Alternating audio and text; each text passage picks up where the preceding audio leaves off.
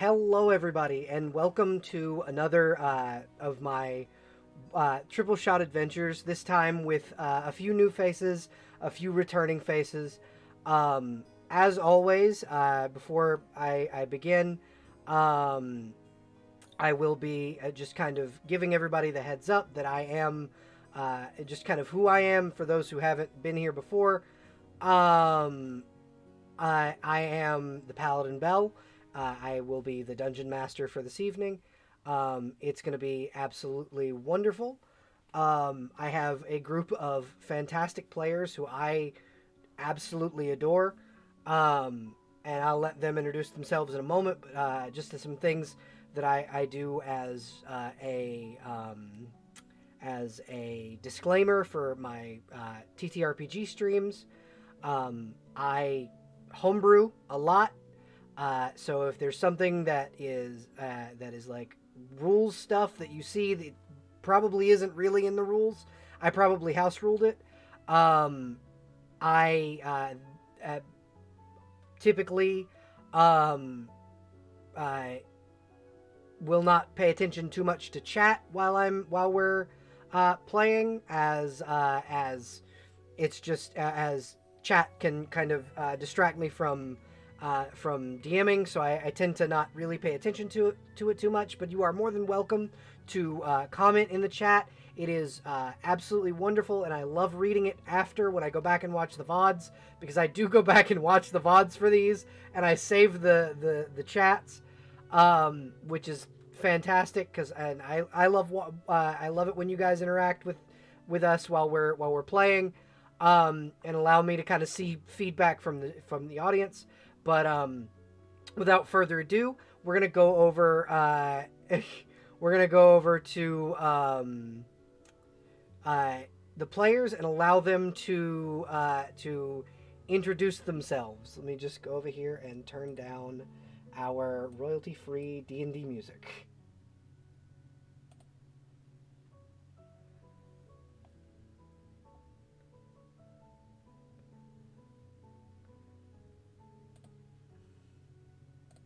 Hello, everybody. Hello, hello. How are you doing? I'm doing all right. Hello. Hi, hi. Howdy.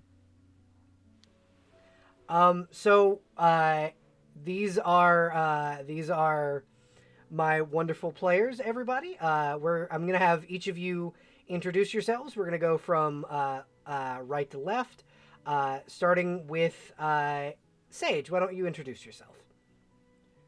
Hey, so I am Sinful Sage. Uh, Gosh, I've had my own channel for so long, I don't know how to do an introduction. How do I That's say who I uh, am? I basically just what I typically do is I will ask you as a player to introduce yourself, and tell us maybe a fun fact about yourself, and then um, tell us the name of your character. We'll being that they will be and a little bit about them, and then we'll move to another player. Okay, sure. I can work with that. So like I said, Sinful Sage. I am 24, trans femme, have my own little Twitch space that I haven't been active in for a while.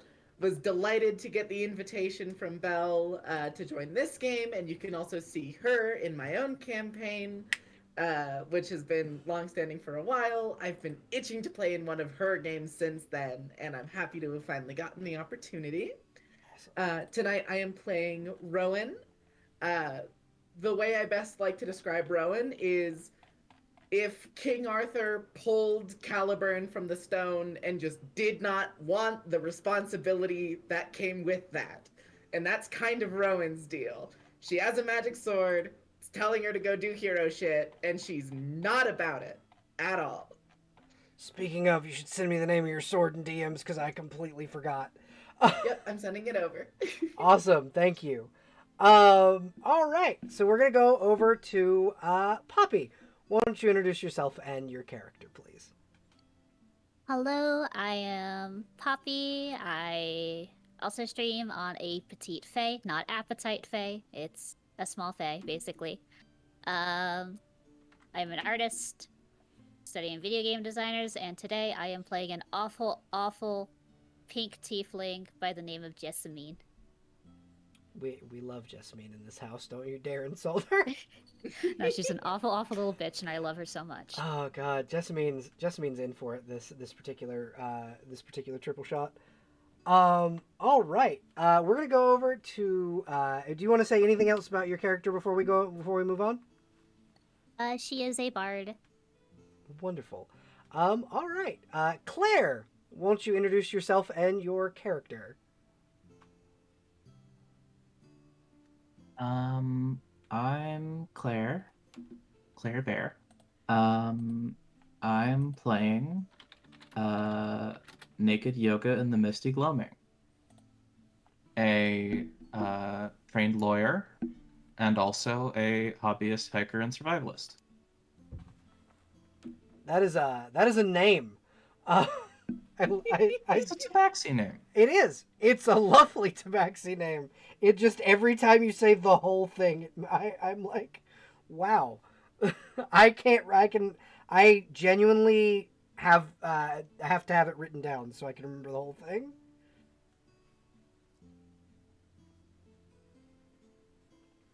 Alrighty.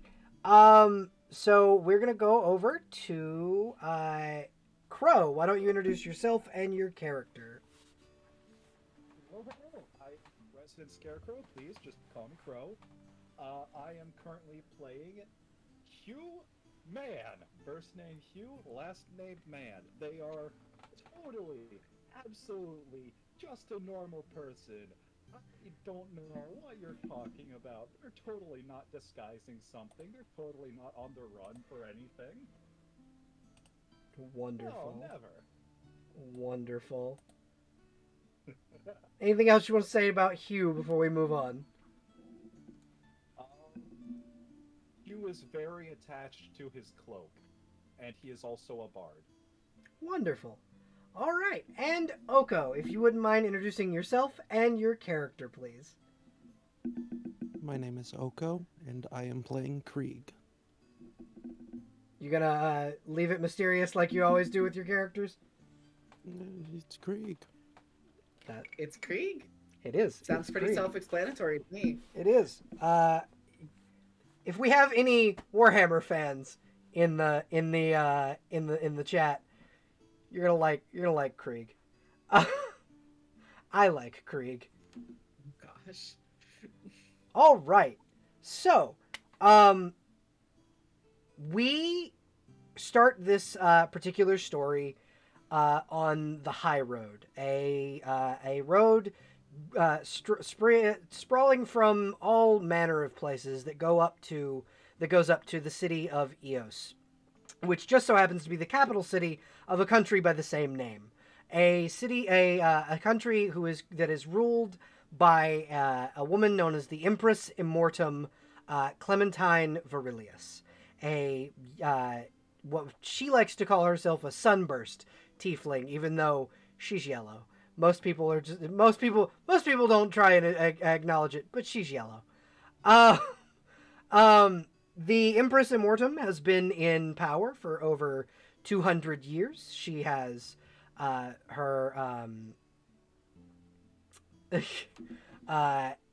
she has 3 sons that rule the surrounding area, and smaller noble lords that rule in the farther out, farther reaches of her kingdom. Each of you have found or have been sent a summons by the kingdom asking for help in a colonization mission. She needs people to help with settlers who went up toward the frozen continent of Zima. Zima was once known as the Frozen Wastes, a site of great magical flux. And so settlers are just finally being able to kind of are just kind of able to get going in that general area because of all the magical fall. It's kind of like nuclear radiation, but magical fallout. So weird shit happens in Zima. Fantasy stalker. Kinda, yeah. So as such, there are what were bandit lords essentially that live in Zima, and there is a great need for adventurers to go and take them out. We pan into our adventurers in the throne, or we pan into the throne room of Empress Immortum Clementine as a herald will call out the names of each of the adventurers in order. 1 second, I just have to pull roll 20 up in a different tab so I can move things without moving the tabletop in the window. I thought I had prepared everything. I didn't. Alrighty. So the herald had kind of instructed each of your characters to make sure that they were ready and listening for their names as they were called. And the first to be called, the herald kind of stops, looks at the scroll that he's holding, and goes, 1 second. I'm gonna just grab the thing. Naked Yoga in the Misty Gloaming, Esquire. As you are able to, or you as Naked Yoga is the first to be called to step forward through the doors. Do you want to, if you would describe your character for us, Claire? Yeah, so a lithe Sphinx tabaxi. Yes, hairless. In some modest court finery, like dull colors, comes forward, is kind of trying to look professionally distinguished in how they carry themselves, but is also constantly fidgeting inside their clothes, as if they don't like wearing. They've got an elaborate scroll case on the belt of their getup.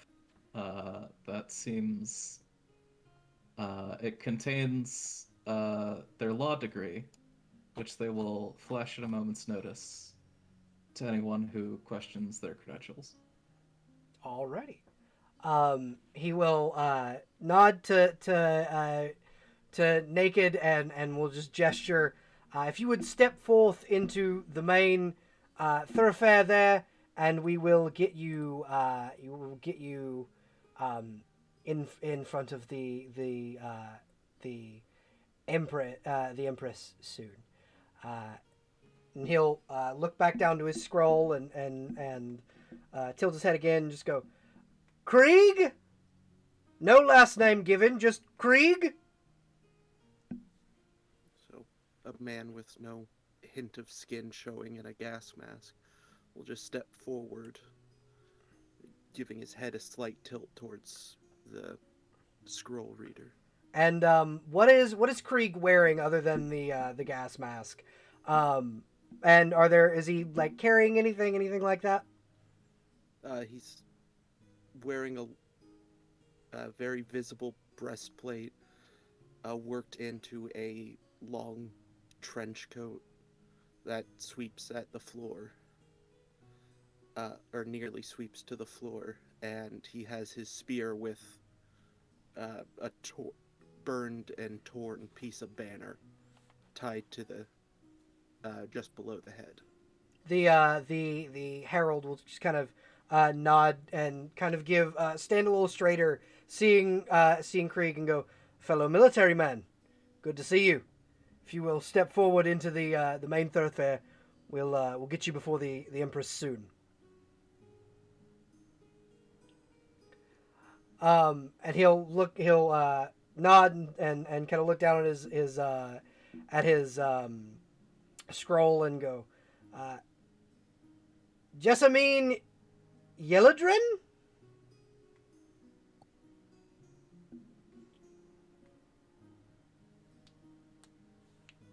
You got it. He'll smile. If you would, please give us a description of Jessamine. Jessamine is a 6'3" tall pastel pink tiefling. With no visible pupils, like full red scaleras, and with like red eyeshadow to accent it even more. She's got the short platinum blonde hair that's kind of like futzed in like a noble manner, so it's braided. It's got like little trinkets in there. She's fashioned in breastplate with green, purple, and gold accents around. The main color is purple. And she just kind of walks on with a purpose, with like her heels just clattering on the marble tiling, and she's got like a very pretty ornate rapier at her side. Wonderful. And she kind of just like waves a hand at the announcer. Wonderful. She'll kind of see him nod and go, all right. She'll just step right over there with the rest of the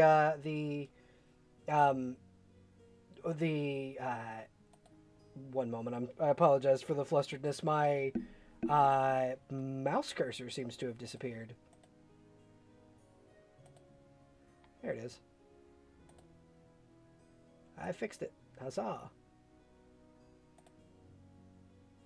And he will go, if you want to step right over there with the rest of your companion who will be your companions for this foreseeable future, I can get another group of the rest of the adventurers in with us. It's how is and he'll just kind of lean into Jessamine and go, can you deliver this for me to your father? And he'll offer her a small bag of gold coins. She raises an eyebrow and then smiles widely and goes, of course, darling, anything for you. He'll love this. And then continue on. Wonderful. All right. The next, he'll kind of look down at his call sheet and go, human.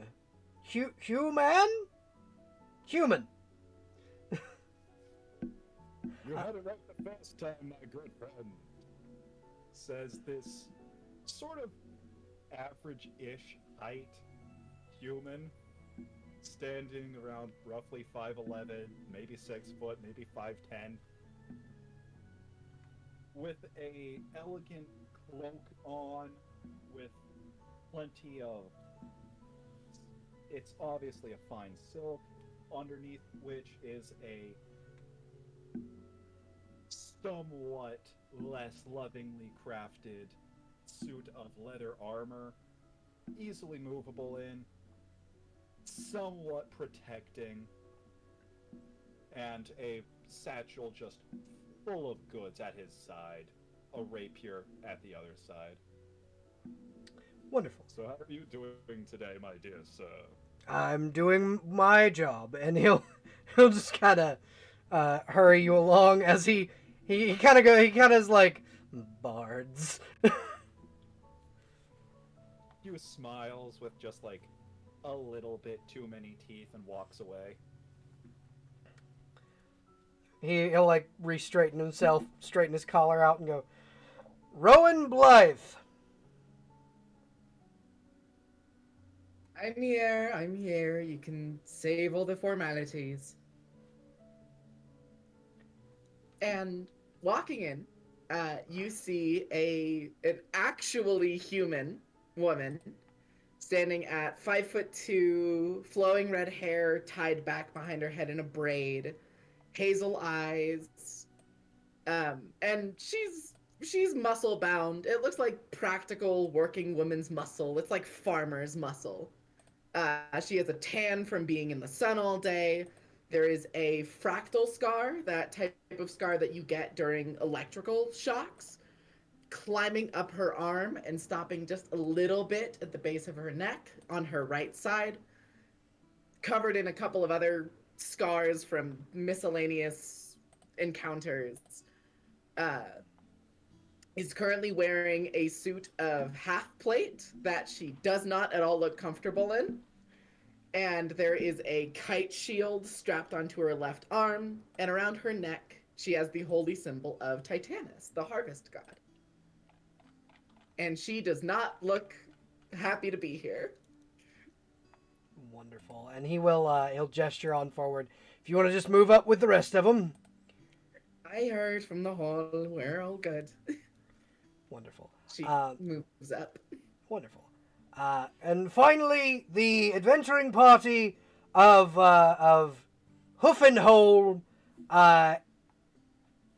First up, Lydia Woodshart. Jessamine, you would recognize this name. You went to college with this girl.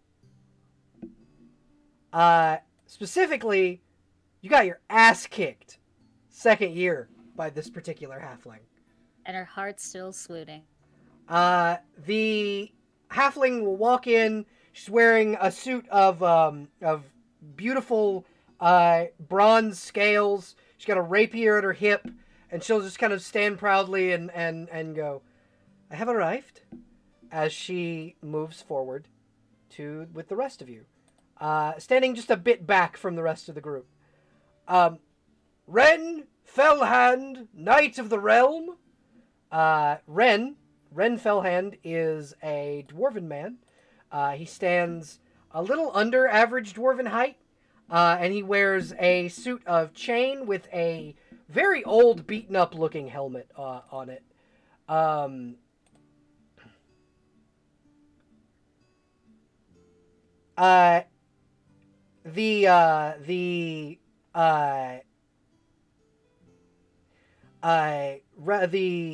The dwarven man will kind of nod and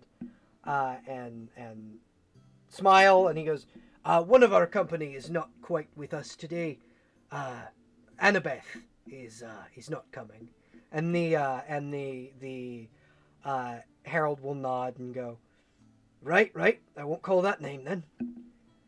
And he will step forward. And finally, I suppose, Millie Drace. And Millie will step forward kind of shyly. She is 6'3", human woman with a large two-handed sword on her back, and she'll just kind of nod and scurry along next to her companions. As you all enter the main chambers of this of the Empress's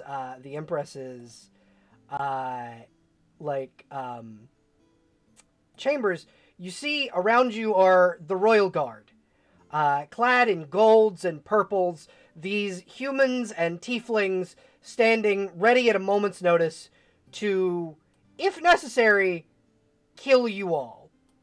If you guys want to move up slightly. One of the guards will usher you forward to the edge of the stairs. And as you all arrive at the edge of the staircase, you see a sunburst tiefling, in red and gold attire, slowly begin to make her way down the stairs. She is flanked on either side by two members of the Royal Guard who just kind of stare you all down as the Empress Immortum stands with the rest of you, stands in front of the rest of you, and will begin to speak. Hello, all of you. It is wonderful to see you all got my summons. I assume you all know why you are here.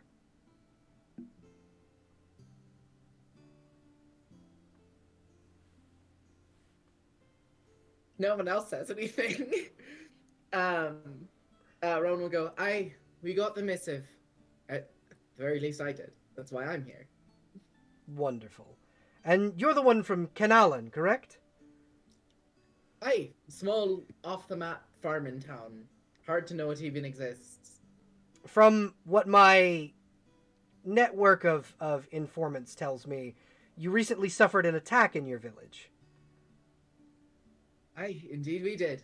I have someone investigating that as we speak, so hopefully that won't happen again. Good. I would rather much like it if I didn't have a bunch of gnolls cropping up around my home anymore. Yes, normally the Knoll packs stick to the deserts. We don't know what's brought them this far east.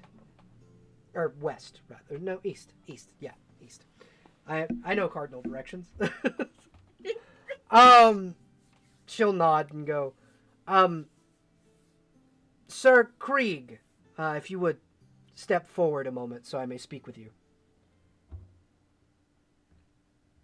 We'll just take a half step forward. She will kind of gesture for him to come up to the up onto the stairs. Please join me. I have information for you. And she'll kind of lean in and go, from what my informants have told me, you are looking for a way home. Am I correct? She'll just receive the breathing through his respirator as a response. What I can tell you is that you were not the only representative of your emperor to make it to Uis. A man calling himself an Astarte was found injured and dying in Zima. It is why I had my troops collect you, as they had, and should you complete your mission that I am giving you, I can send you back to your emperor. At that, he'll just pound his spear into the ground once before nodding his head and stepping back. Thank you. Now, as far as your mission, there is a monster. He was a man at one point, but now he is a crude mix of man and beast, who is attacking the town known as Talon's Hold, one of our small holdings in the continent of Zima. Zima, as many of you may or may not know, is a host to many a magical anomaly caused by the explosion of magical energy when the now dead god Malikar was slain by the war gods over 7 millennia ago. I ask each of you to journey to Zima on the ship we have chartered. We have 2 ships chartered, one for each adventuring party. And should you defeat the man calling himself the Dust King, one of you will be given a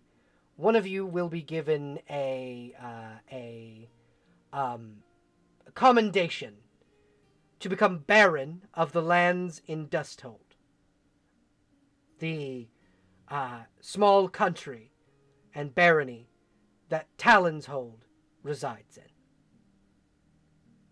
Clarifying, making sure I heard you correct here.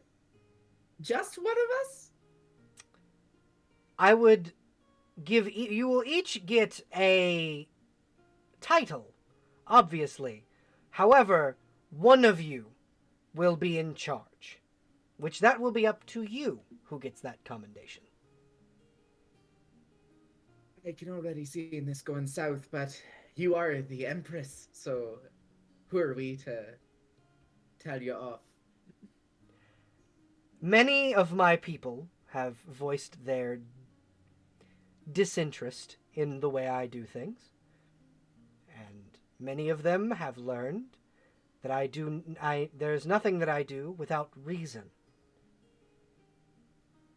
Many could rule, if you would wish, instead of a barony, you may rule as a council. The sovereignty of the land, in general, will be within the hands of whichever party should defeat the Dust Lord first. And she'll gesture to the party behind you, and she goes, the four of the adventurers that have been that are behind, well, three, I suppose. What happened to your fourth? And Lydia will kind of step forward and go, Annabeth didn't come with us. She's scouting ahead. The ship you chartered us, ma'am. Ah, yes. Unfortunately, I cannot force someone to come to a meeting that they were summoned to, but that is all right. It will be my pleasure to reward those who did attend today's meeting, and we shall see who of you remains by the end. Now, the ship I have chartered for the five of you, and she'll gesture to your party, is known as the Adamant Ship Hammerbreak. It is in the docks and will be awaiting you as soon as you have left this hall. Should you wish to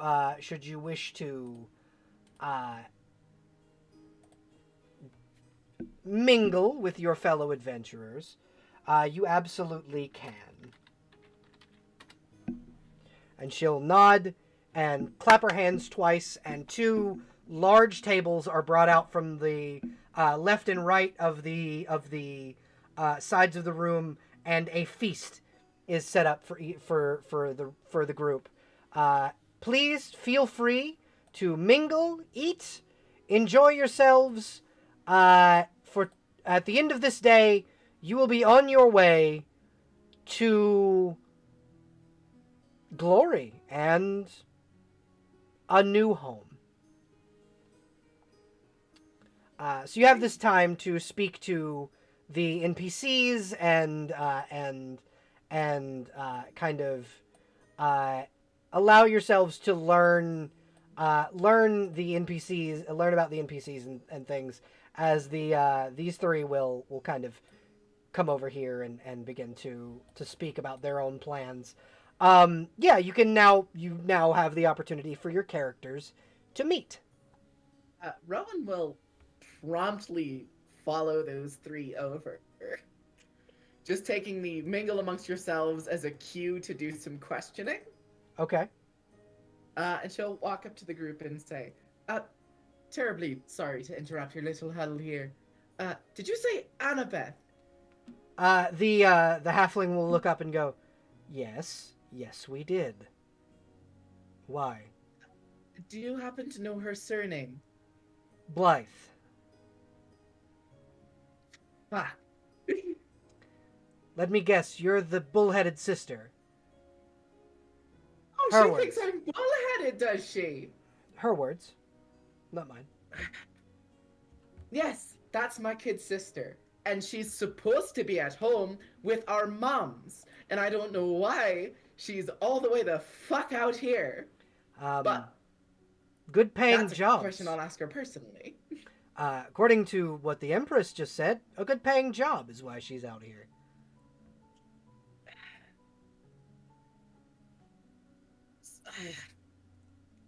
Okay.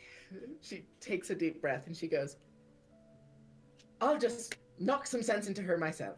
Thank you very much. And she will turn around, head back to the other table. Wonderful. I forgot to grab table assets. The tables are hold on. I'm just gonna draw a shape. They're like here. Yay, shapes. And Invisible tables, the latest my in courtly gosh. fashion. Wow. Exactly. I think in terms of food, I think Rowan goes for whatever looks the least like fancy. Whatever looks like just I know everything on the table is probably going to be fancy, but whatever looks like a common person's meal. She doesn't want and like she just wants good proteins and like she doesn't want a meal that is trying to tell a story. She wants a meal that will feed her. Well, what you're looking at both of these tables is like mutton chops. You've got Done. a roasted turkey, potatoes. There's some fried fish. Just a lot of these seem to be prepared mostly for the guards.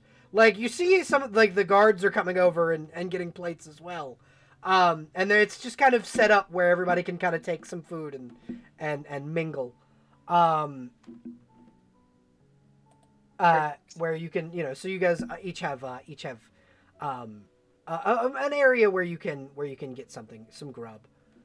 What are the rest of you doing?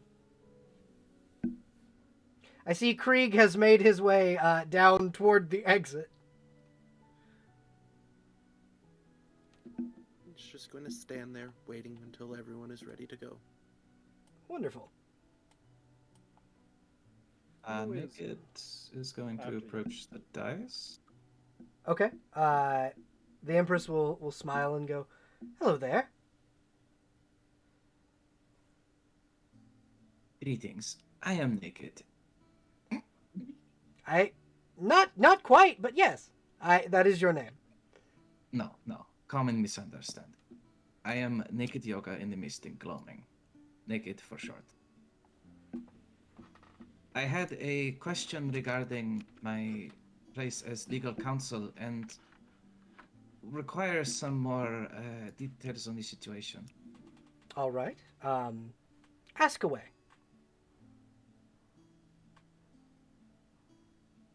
This piece of land in question, it is currently under no state jurisdiction? Technically, it is underneath the jurisdiction of Eos.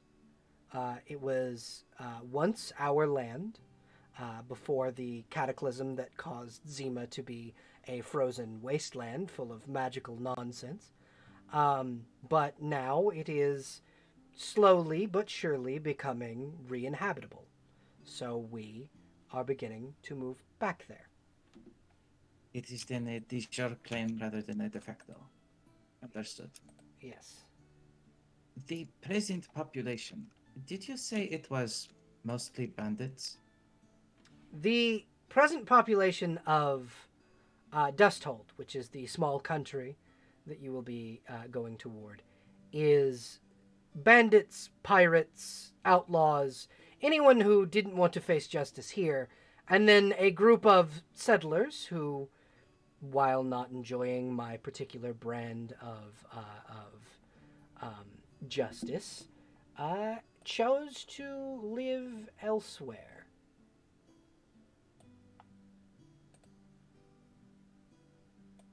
Hold on.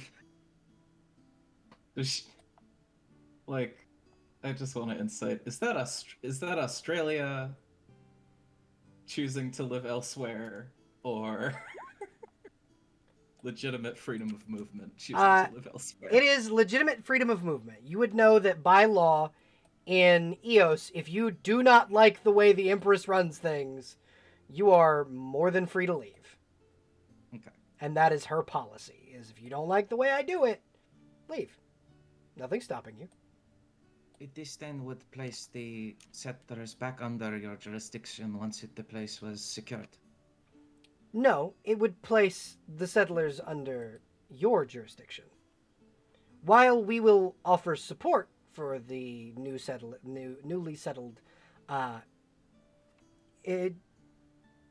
civilization. It is to be an independent place from Eos. Yes. They left for a reason. We are just sending support. Are there pre-existing diplomatic conditions that you are considering once the government there is established? I will be sending an envoy with a peace treaty that says you will not invade us, we will not invade you, and we will establish trade route. I would also suggest you establish trade route with the nations of Talos and Hammerholm. Reasonable stipulations. I will look forward to having this conversation when the time comes. Thank you. Let's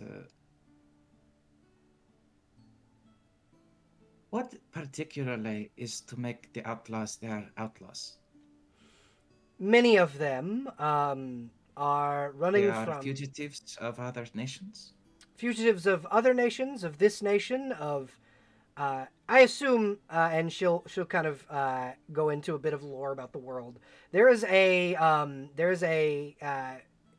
organization known as the Free Army. They uphold the law of the land, whereas it comes to when you're in the areas not within the jurisdiction of the three major kingdoms, which are Hammerholm, Talos, and Eos.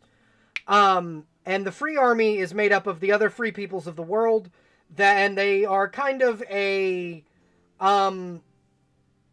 law-keeping force. In that, don't kill people without reason, don't steal shit unless you absolutely need it, and we don't stomp out rebellions. We actively encourage them if the government is tyrannical. That's kind of how the Free Army works. The people in the Dustlands are not a member of that, or So they are, but the Free Army, when it comes to Dusthold, the Free Army tend to not go into Zima because of there is a specific magic that keeps Dragonborn specifically, and Dragonborn are the majority of what makes up the Free Army, that keeps Dragonborn out of Zima. yes, racist magic. Yeah, kinda, because Malakar hated Thorain Hellqueen and wanted to keep her and her people out of his lands. So yes. Zima was the birthplace of the Behirs, the Dragon Slayers, the massive monsters who were the first things to be sent to try and genocide the dragons.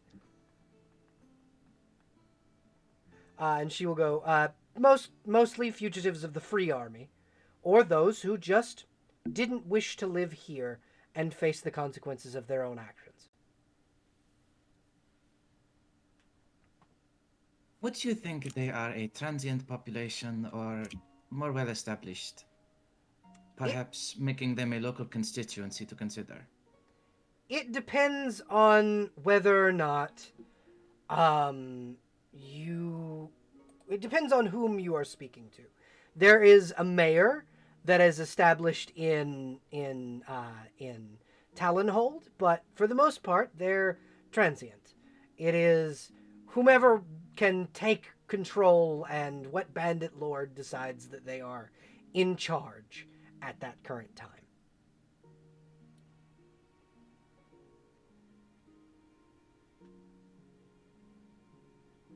I think that is all of my questions. Thank you, Empress, for your indulgence.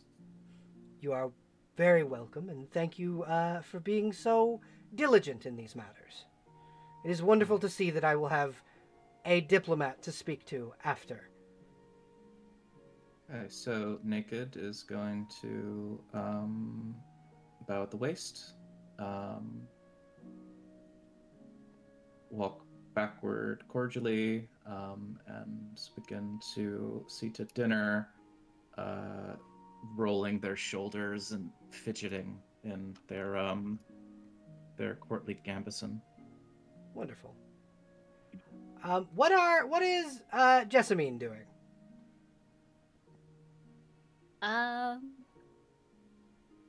Good question. I feel like it's a. What was the halfling's name again? Alicia? Lydia. Lydia. That's the one who kicked my ass, correct? Yes, that is the one that kicked your Yes. ass. Yes. Very, very obviously.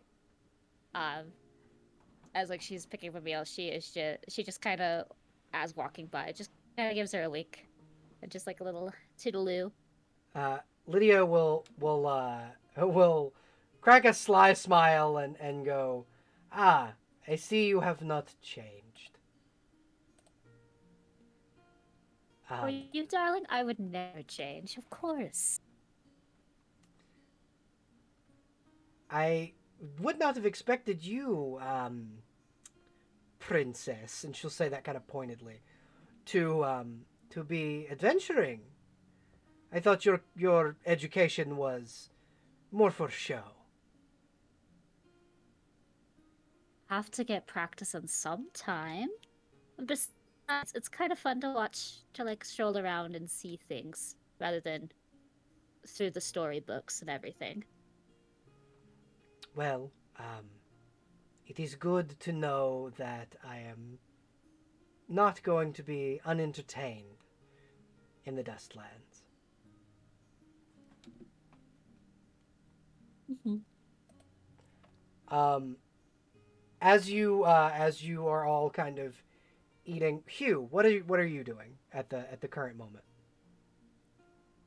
Hugh is going around the tables, grabbing food he enjoys, and also taking anything he can do the smallest amount of work to make last as long as possible. Okay. So he's looking for like breads. He's looking for salted meats. He's looking for things like that. Yes. Uh, He'll even settle for jams and just maybe put a fistful in a pocket. there is a sealed jar of fruit preserves if he wanted to take that, so he didn't have to just take a fistful. And there are like some. There's actually a pile kind of at the edge of the table, that you see that was set in like these like it's like butcher's paper, and these are everyone should mark down 5 days worth of iron rations on your character sheet because each of you are supplied with 5 days worth of iron rations. This is like dried goat, trail mix, hardtack, a little bit of sauce to kind of choke it down with. But that's kind of what you're given.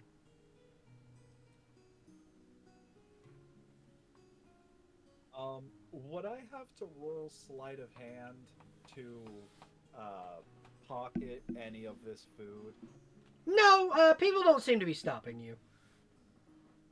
Excellent. Then, like, at first he was, like, looking around, doing the whole shifty eye, making sure no one's really watching him, and then just as people refused or I either didn't notice or refused to stop him, he just got more and more blatant until eventually he just tossed the jar of preserves into the air, caught it, and then put it in his pocket. Wonderful. So, you are able to, you're able to do that. You're able to kind of, get your things ready as, as you are able to essentially see yourself uh, in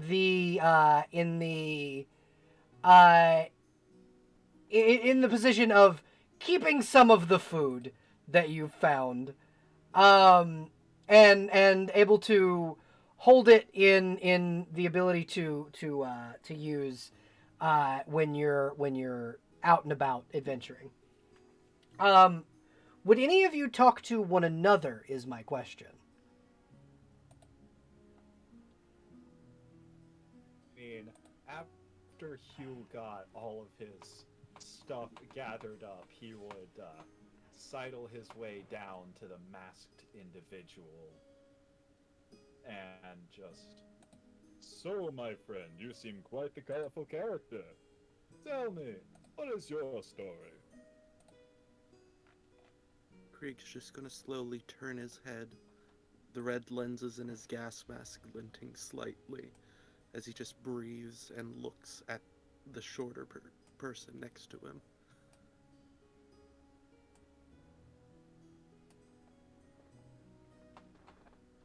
Hugh sort of waits for a response, and the longer a lack of response takes, Hugh gets more and more visibly nervous.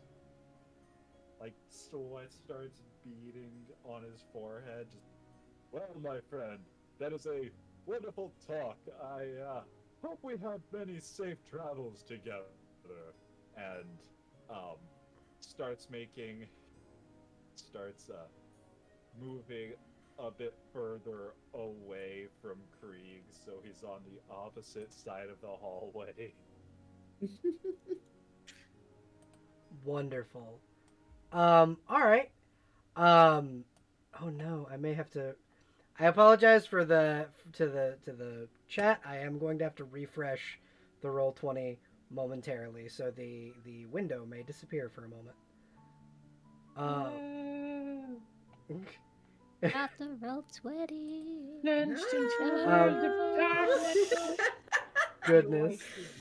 I horribly misheard you when you said the window may disappear for a moment, and I heard that as the Wendigo may Oh, no. disappear. Oh no. And Where is he? I got incredibly worried. Oh no. No, not quite. Not quite yet. I'm not throwing one of those at you yet.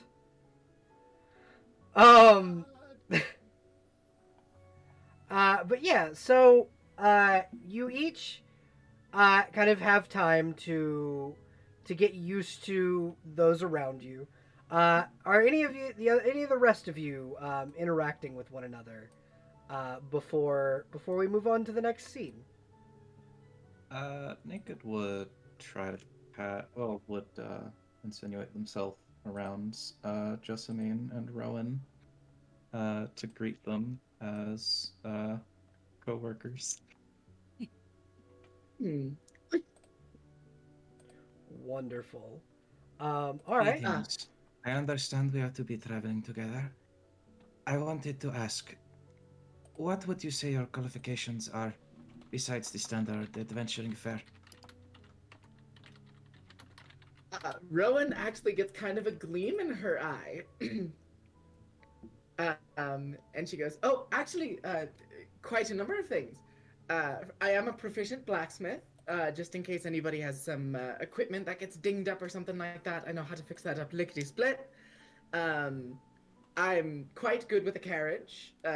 Just in case we need someone to operate a vehicle. Okay. Let's see. I worked a bar for a little bit. I worked my my family's tavern. I helped with farming and tilling soil and all that. So I've got, practical muscle that will actually, not give out in a pinch.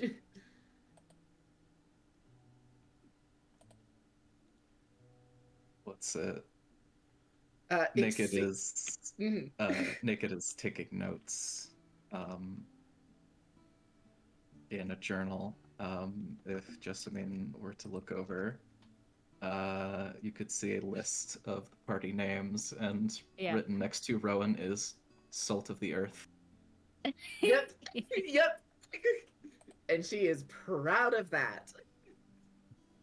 I mean, everything about Rowan, even the way that like she does not seem super comfortable in the armor that she's wearing. Very, very humble background.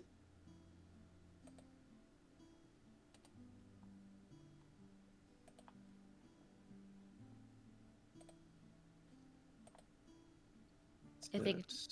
Yeah. Mhm. I was gonna say no. I think Jessamine pipes in after Rowan's done with her spiel, and goes, "Well, I am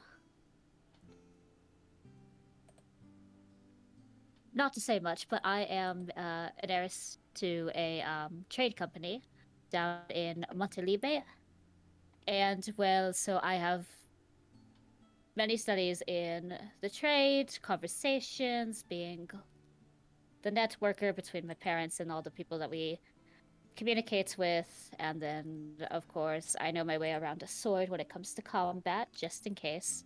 But it's more for a act of being dexterous, but also being tact with grace, and also the ability to defend if need be. Now, Rowan does not have a journal, but her entry, were she to have one next to Jessamine, would just be pretentious. I was gonna say, bitch. That also works. She's trying very hard not to look bored as you talk about how fancy and awesome your life is. She just says about like the networking part because she's very good Hmm. at talking and she won't shut up about it. I Um, no, you go ahead. Naked nods. All very useful logistical qualifications. The note for Jessamine is traditionally qualified for leadership. Okay. That's like traditionally with air quotes, Mhm. scare quotes.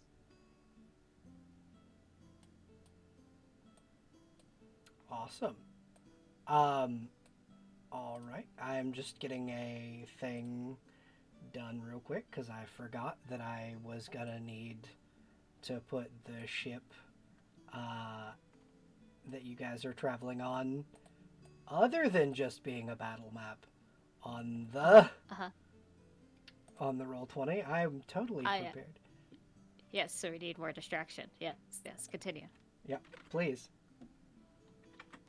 But yeah, so the as you all are kind of mingling for the day, you hear one or two of the guards talking and expressing that the hammer brake has just pulled into the docks.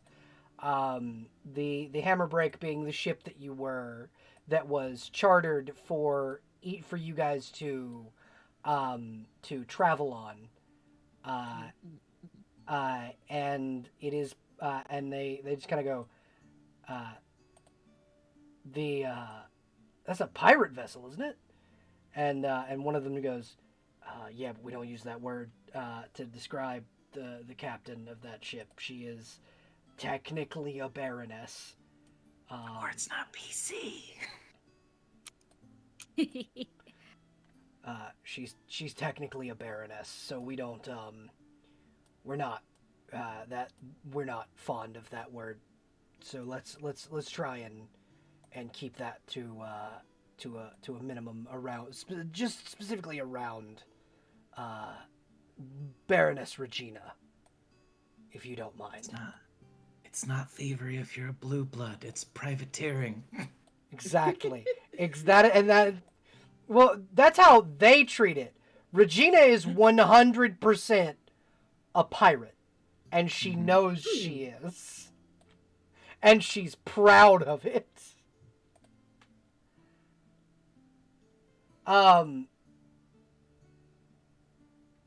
The I don't know if any of you where are I know at least one of you is connected with Regina specifically in your lore. Do any of you react to the name of what is the most famous pirate in all of UEs? I think as a point, Rowan has no clue who that is. Wonderful. What about the rest of you? Hugh looks like he's a little startled at the name because this is someone he knows for certain if he tries anything that she does not like, at the very best for him, he will lose both of his kneecaps. No, what he'll lose is his legs at the kneecap. That's why I said at the best he loses the kneecaps. On a good day, just the kneecaps. Yeah. On a good day, On a when good she's when, feeling very charitable. yeah, and when she's proper feeling food. generous. Exactly. When she's feeling generous, yeah. All right. So Losing your kneecaps is her form of a written warning. yeah, exactly. So we're gonna pop back over here, where the chat can see the window where you guys are, and as the night winds down, you are able to you're taken to rooms where you can rest, and then the next morning you are escorted to a ship, a massive ship, known as the Adamant Ship Hammerbreak. On this massive vessel is one person, a tall Goliath woman, standing at 10.5 feet in blue and black leathers, with jewel encrusted belt and on her person are no weapons, you'll notice, but the only weapons she needs are these guns, as her arms are gigantic. This is the Pirate Queen, Regina Twin Dragon. You are all kind of escorted to the docks and then left alone by the crew, along the area. What are you doing? Real quick, I was hoping maybe before the docks, or specifically before we were brought to this specific ship, Mm-hmm. Rowan is on the lookout for her sister. Okay. So Rowan would notice over to the over on the opposite side of the dock, there's a second ship. Okay. It's over this general direction, and standing on the deck of that ship is Rowan's sister. Is it possible for Rowan to break away from the group and try to have a one-on-one conversation with Annabeth? Yeah, because of the way the battle map is made, you can't see it, but technically there's supposed to be a dock just in this general area. So yeah, Rowan can get on the ship if she'd like, on their ship if she'd like. Perfect. Rowan will go ahead and do that. All right. You see Annabeth just kind of go, "Why are you here?" I was going to ask you the very same thing. Why are you here? You're supposed to be back home with Mom and Mom. I'm working, Rowan. That's why I'm here. I'm working. Since when do you do this? We could barely get you to work a shift at the tavern. Why are you out here on a boat? Because when I wish to work, I will. But right now, but in the tavern, I didn't wish to work. I'd rather slit bandits' throats. It's much more fun. And it makes far more coin. Did you at least make sure our moms were okay before you left Kinallen? Of course I did. What do you take me for? An asshole? I'm still processing the fact that you're here at all. I thought you were back at home. If I had it my way, I would still be back home. I don't want to fucking be here. Yes, but not all of us. I would love for you to go out and do this while I stay home and help our aging moms take care of the business they own. Listen, it's not like I left them with no help. Tina and Reggie, the halfling couple that live down the road from us, they work for our moms now. They're fine. Okay. Moms are running the logistics of the business, and I send them whatever gold I make. I can do more help here than I can there. They're living comfortably now. Me and my crew, I'm sure you met them. I did. We make a good bit of money.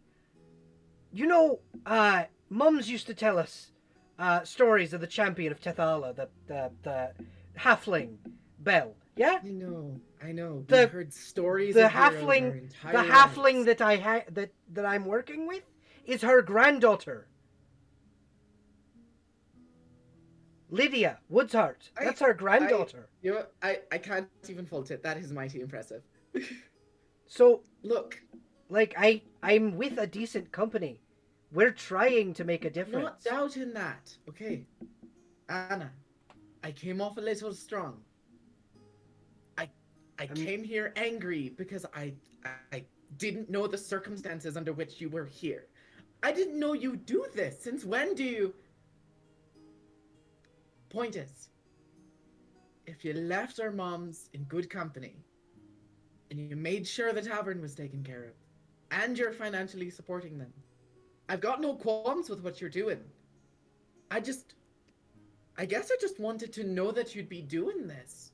But hey, I'm your bullheaded sister, so I think it's fine.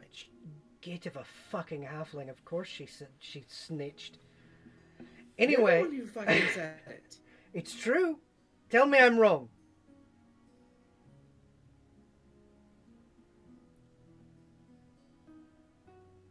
You can't. That's right.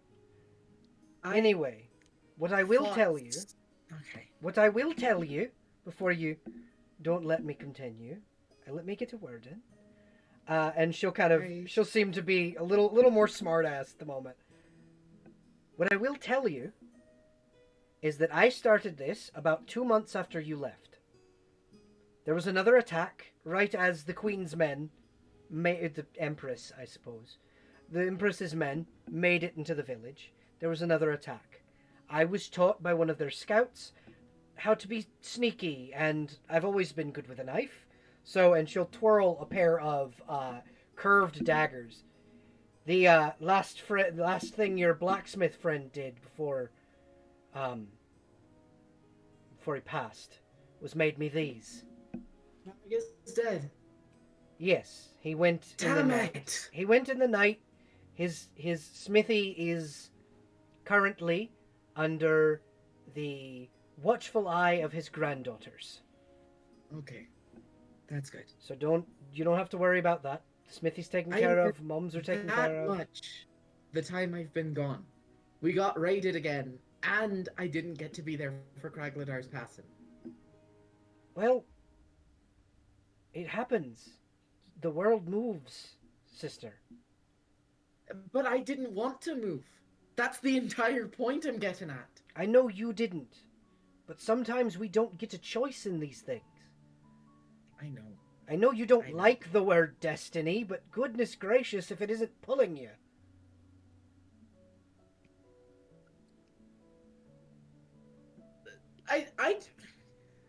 That's a fair point. I didn't make the choice to grab the magic sword. It just happened.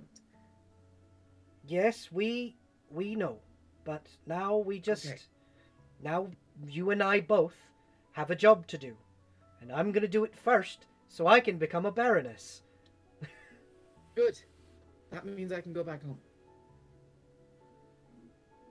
Good. Sincerely. But seriously, I wish you the best of luck out there, Beth. thank you, Rowan. And, here, as a token, and she'll, slip off from her neck a silver necklace. And it is it's a similar symbol to something it's similar in shape to your holy symbol, except this one, instead of being a blooming tree, it is a upside down tree with an emerald kind of in the center. The patron of magic guide you, and she'll hand you a holy symbol to the other Fey god, Tevelian. She'll take it. I think she'll slightly undo her belt and then loop the belt and like wrap the necklace around the leather a bit and like have it hanging off like the waistband, kind of. Wonderful. And she'll say, I'd like to apologize for one more thing. And what is that? Continuing to think of you as my kid sister. I mean, We're not that many years apart. that's true, but I'm always going to think of you as my bullheaded big sister, so what's the harm in it? Well, at least you said bullheaded in a nice way this time. Exactly. I always meant it nicely. I don't mean to be angry about it. It's just... Well, then your friend made it seem like you were being a bitch. My friend is a bit of a bitch. I don't know if you spoke to her, but she's kind of haughty. Yeah, She I lets the- walked up and I could feel the burning intensity of her scowl. Yeah, the tall blonde one's the only one I really get along with. She's from a small town like we are. Oh, good. Nice to see more common folk. Yeah, the other two, one of them, Fellhand, the dwarf, he's some pompous asshole from Moon's Reach. I've got a pompous asshole too, this fucking pink tiefling bitch. Oh my goodness gracious. My halfling told me about her. She's the princess, as the halfling calls her. Yeah, Naked, which downright funny name. I was trying not to bust my stomach open as every single time the name got repeated, I felt myself starting to buckle. But she was asking, like, what do we do that's not just regular adventuring fare? And Jessamine just starts going off about the trade empire she's going to inherit and all of her fancy, delicate sword skills and Trade? You said trade empire? Yeah. The ship you're on, her trade empire wouldn't be the Yeldrin trade empire, would it? I think Yeldrin was said when she was introduced. I was still in the hallway, so I didn't hear it all that well, but... Both of the ships we're chartering are from their... Well, one of them is from their trade empire, and she'll kind of gesture around to the silks and rugs and robes and things that are on the ship. The other one is the one you're going to be on is a pirate ship. True blue piracy. I will warn you, sister. Regina's no one to fuck with. She's terrifying. I will try to temper my authority issues. You might get thrown overboard if you don't. That would be awful. I don't know how to swim. Exactly. That's something you need to invest in our learning. entire lives. There was never a need to learn. In maybe your life, I got thrown off the ship the first time I was there. Goodness gracious. Oh, so you're ahead of me. My goodness. Yeah, you learn when you're doing the more dastardly deeds. Unfortunately, I prefer to call myself a treasure hunter, but many call me a burglar. Yeah, but I'm also wearing 40 pounds of steel armor, so. I thought your friend gave you mithril, didn't he? Oh, that's right. The player, forgot. Yep. Wearing You are wearing a set of orcish mithril. Even if it feels heavier than it is. It feels so cumbersome. That's because you've never really gotten on with armor. Go back to your group, sister. I'll see you in the Dustlands. Right, of course. I'm I'm excited at this little bit of familial competition we're gonna have. Granted, Me? I want you to win, but We'll see. doesn't mean I'm not gonna try. We'll see who wins. I'll see you, sister, and We'll she'll see. she'll give Rowan a hug. While this Ah. is happening. Oh, sorry, you go ahead. I'm just gonna say, as she detaches from the lug? My God! As she detaches from the hug, she like sacks her on the shoulder, very jokingly, only barely enough to bruise, and then she'll depart from the ship.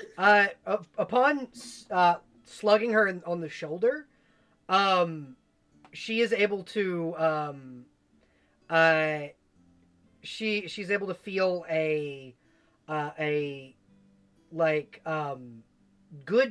bit of like hardened leather, so it doesn't quite bruise, but she gave it Sure. a good strike. Oh, yeah. Unless you want to roll an attack roll, and then you each roll No, an I'm arm fine. strike. I'm fine with it being this little. It's fine as it is. Wonderful. I think Mhm. as Rowan walks down the ramp back onto the docks, Anna can like kind of see Rowan like shaking her fist, being like, "Wasn't expecting that."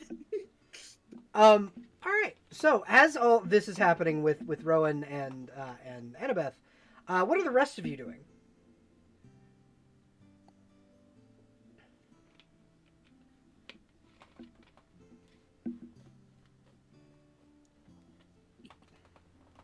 I think Jessamine just excitingly just like walks towards the ship. This is a ship that Jessamine would be very familiar with, Yeah. because this ship is the one that you learned to sail on. Yeah. So it's like, this confidence walking up to the ship, and then it starts picking up in pace as she sees like Regina like at the top, and she's just with.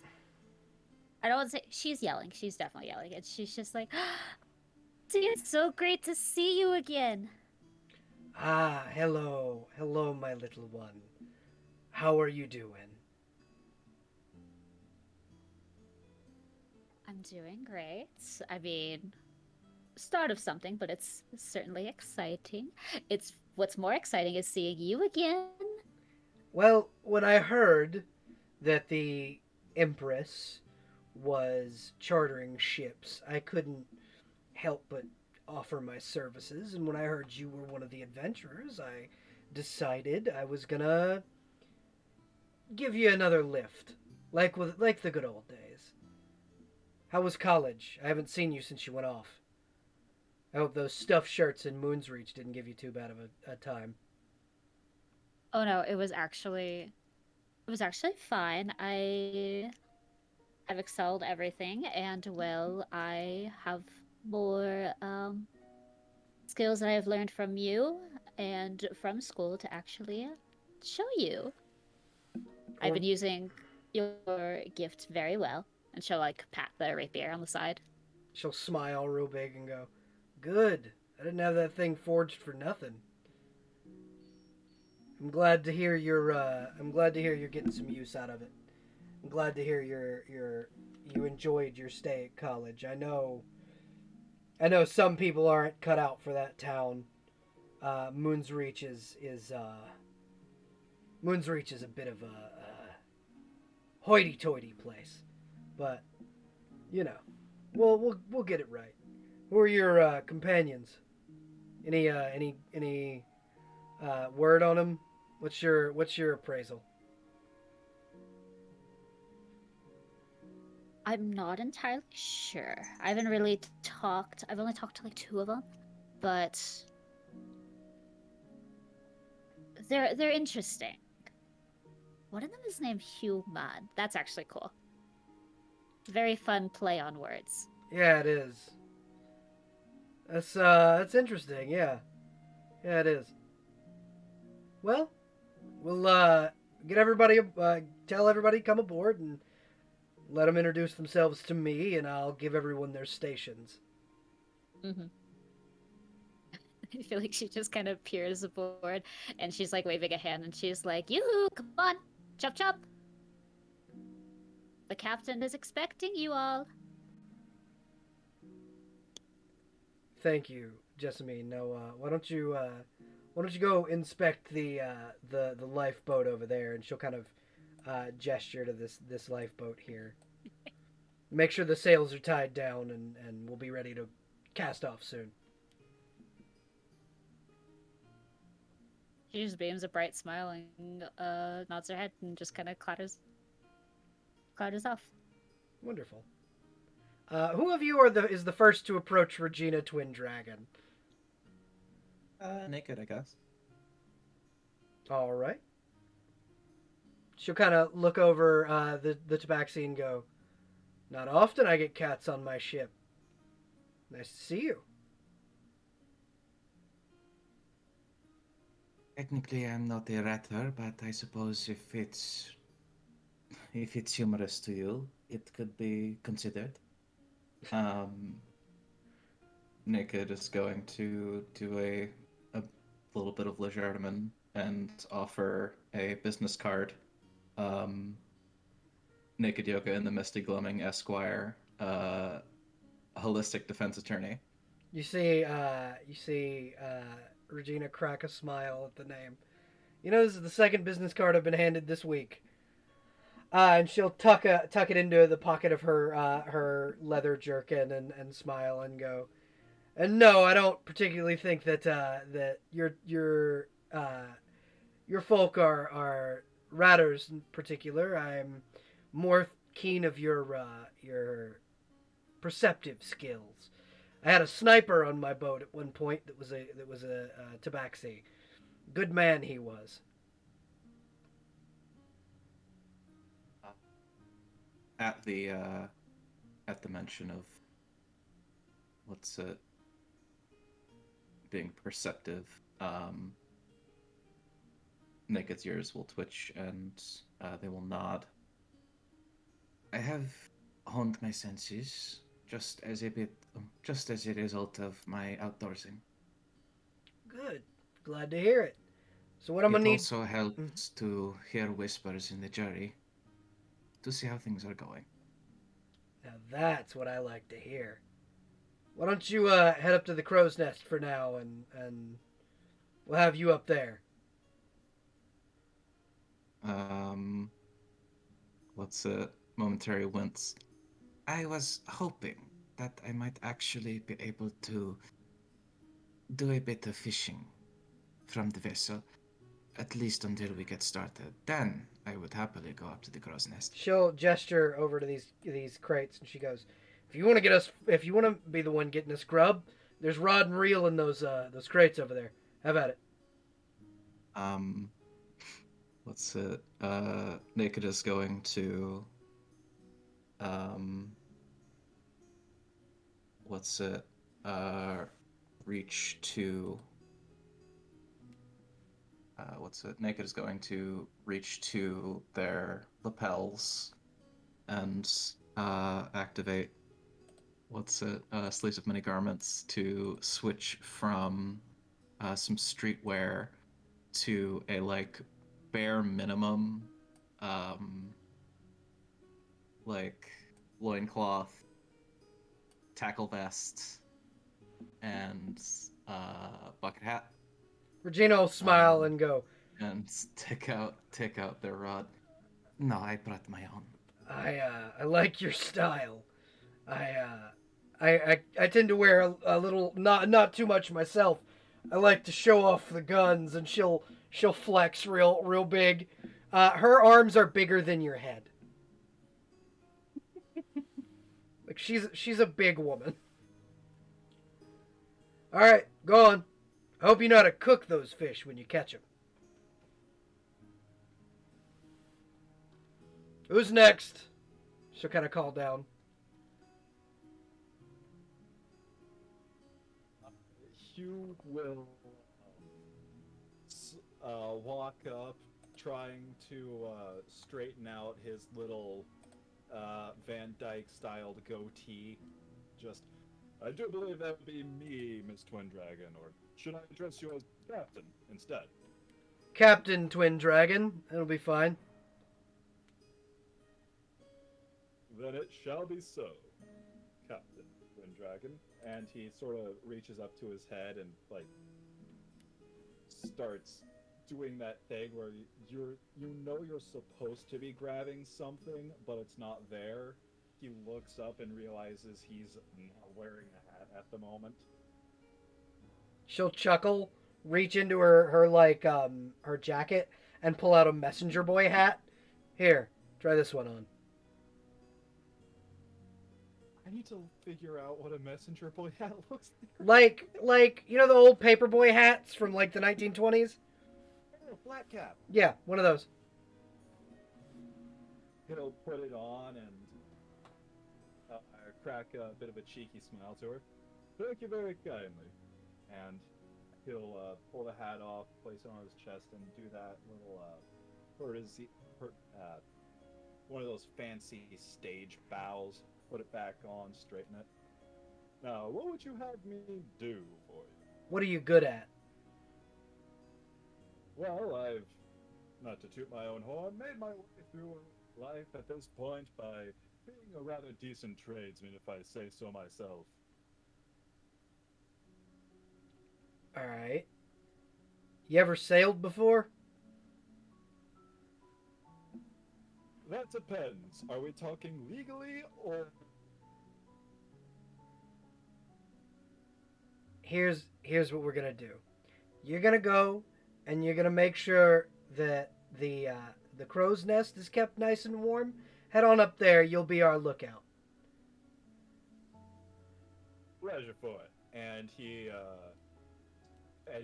sort of scurries off to the crow's nest because on the one hand, he is very much trying to get on her good side, and on the other, very scared of her. She'll just kind of shake her head and look to the next person. You look like a capable sort. You know your way around a cannon? Krieg will give a slight nod. Good. Man, a few words, I assume. That he'll just stare at her, waiting for the next order to come. You got a name, soldier?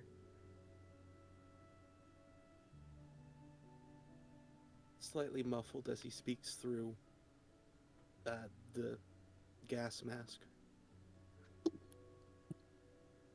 Krieg. All right, Krieg, over on the left side of the boat. Where I need you to be over inspecting the cannons. I need you to make sure that they're all loaded. I hear there are other pirates that I don't have under my watchful eye is how I like to say it. We might run into some trouble. I need those cannons ready to fire when the time comes. Think you can handle that?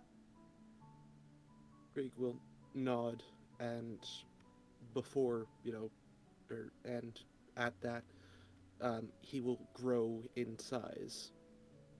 Good man. Matching her height. Good man. Get on at it. Where's the last one? I heard there was 5 of you.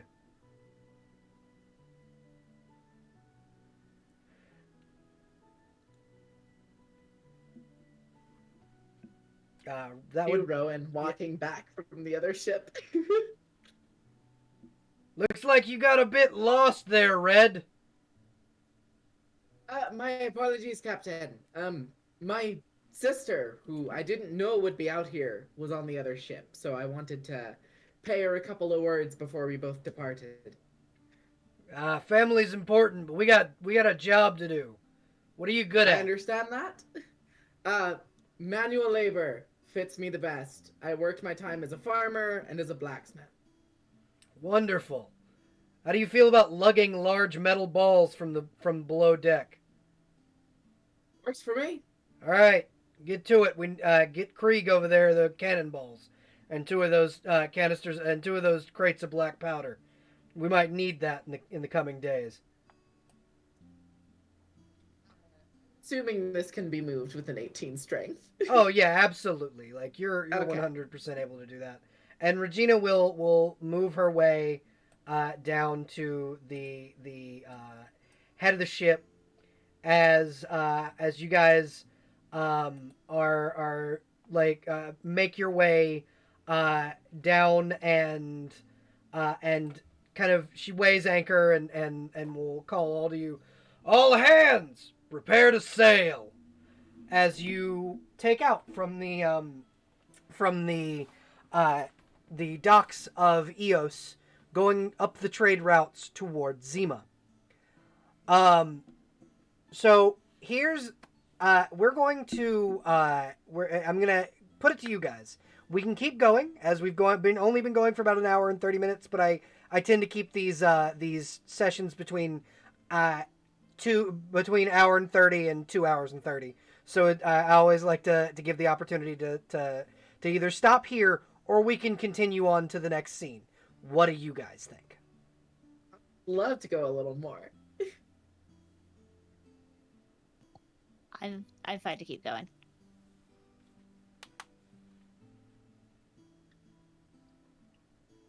All right, that's 2 votes to keep going. What about the rest of you? I am personally sleeping. Yeah. But I don't know that I need to go immediately. Okay. Just definitely close to talk. All right. Crow and Oko, what about you guys?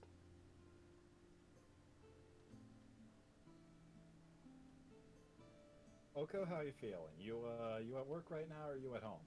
I'm at home. I don't have work for another 4 hours. Awesome.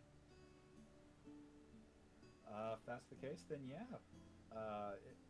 Grant, if we're given a quick 10-minute intermission, so I can go grab something more to eat, I'm ready to go for another hour. Yeah, absolutely. We can 100% do that. We're gonna Intermission feels good. we're gonna take a 10-minute break, and we'll be back in just a little bit, y'all. All right, I'm gonna go ahead and deafen the Discord. So what I'm gonna do while the Discord is deafened, and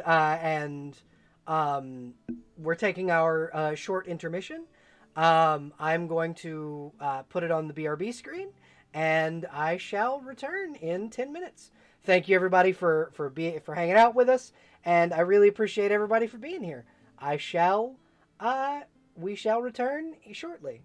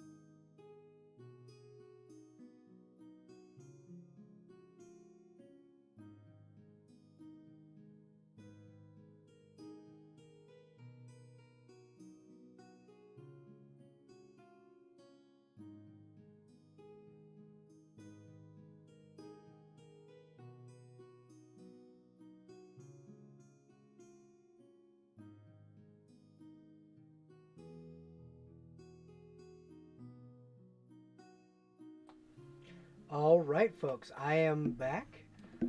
We are gonna give it another minute, and then I'm gonna go over and we're gonna bring the players back in. But I just wanted to once again thank everybody for being here. I really appreciate all of the first-time chatters. I appreciate the follows from Frozen Elemental and Alice the Axolotl. I didn't see that happened about 2 hours ago, but forgot that I didn't turn that down. That was my 10-minute timer. Oopsie. But yeah, thank you for the follows, everybody, and we're gonna go ahead and bring the players back in. I'm gonna just message them and let them know that I'm unmuting.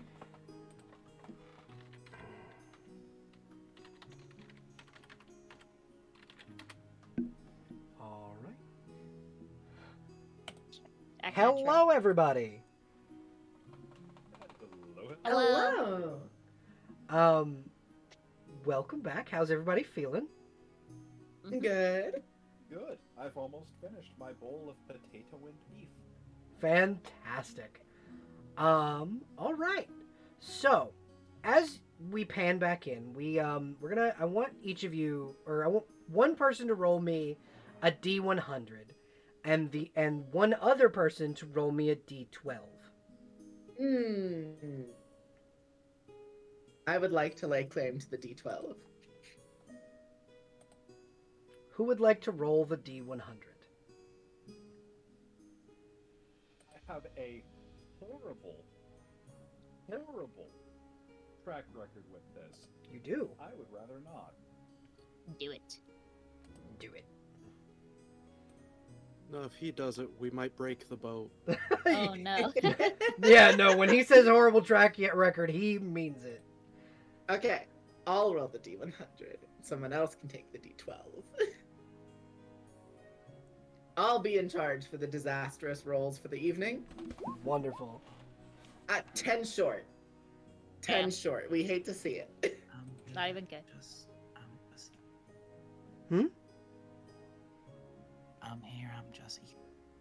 Okay, welcome back.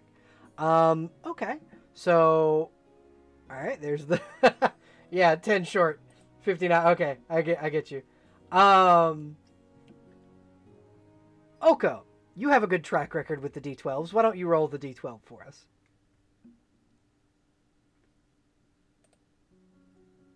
Got a 2. Got a 2. Okay. All right. So,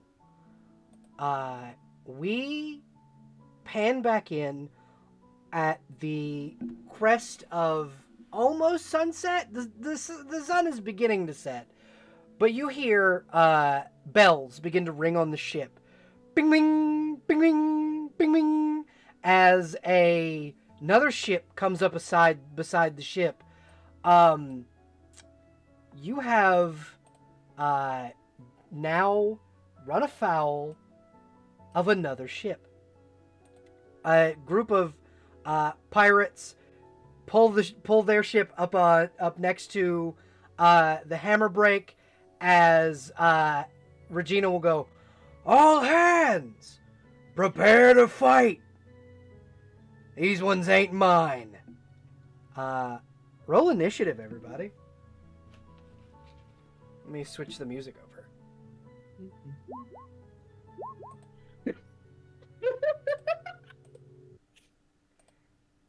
That tracks.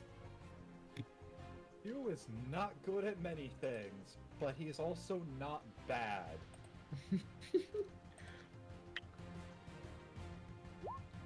He's just average. So, with a +2 to initiative. 3. Yeah. Oh no. It's so funny. I almost debated taking alert for Rowan, and it would not have helped her. No. How does Yesenia have a +4.16? So on Roll20, on your like little character sheet, if you go to like the little cogwheel, you can click add Dex to tiebreaker for initiative.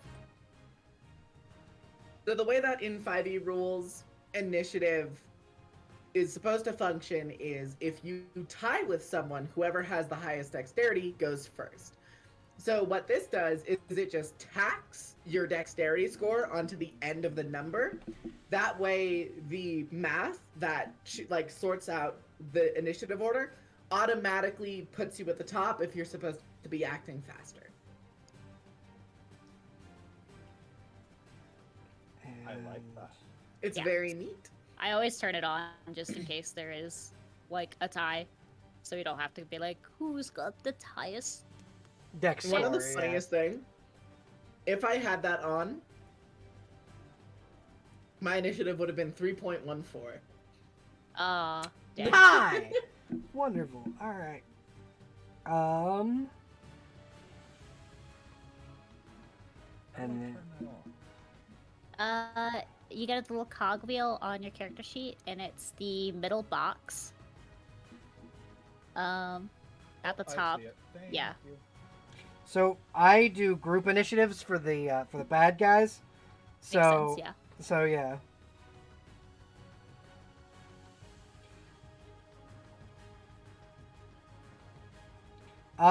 Oko, I still need you to roll initiative, please. Oh wait, no, there it is. 16. Never mind. All right. So, with a 25, because we're gonna round that up, Jessamine. Jessamine is first in initiative.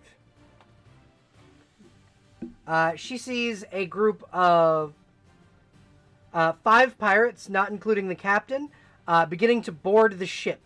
What is Jessamine doing?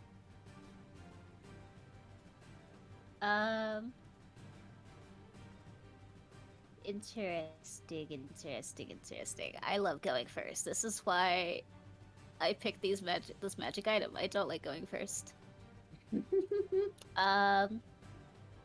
I think she pulls out the rapier from like the hilt on her side, kind of sticks it into the ground, and she looks over like the pirates that are boarding, and she just goes, "Nuh-uh. Who said you can board Auntie Regina's ship?" And she will snap her fingers and cast Shatter. Okay. What does that do? Shatter.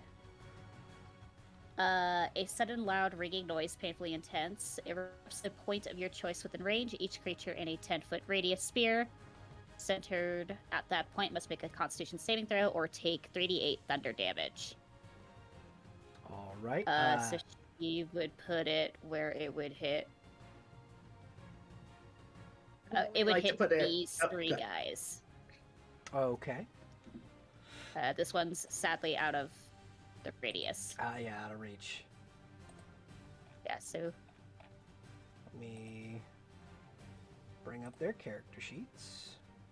I basically envision Shatter as like breaking the sound barrier in one specific area. Give everybody tinnitus. Yeah, exactly.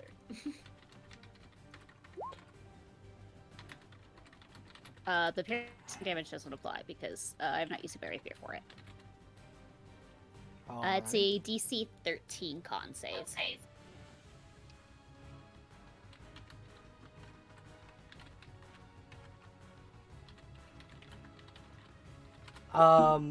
Alrighty, so they're gonna roll a con save for this. I'm gonna roll in my dice roller in here.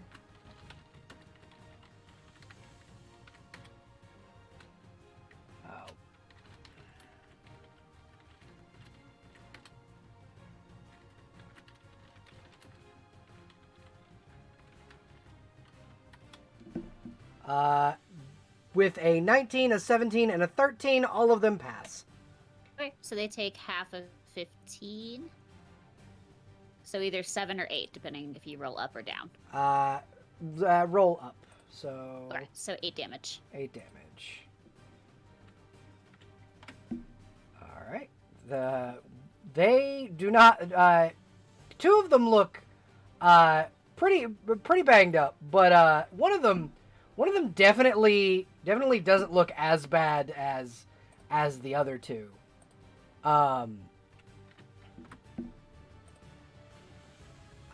Is she doing anything else?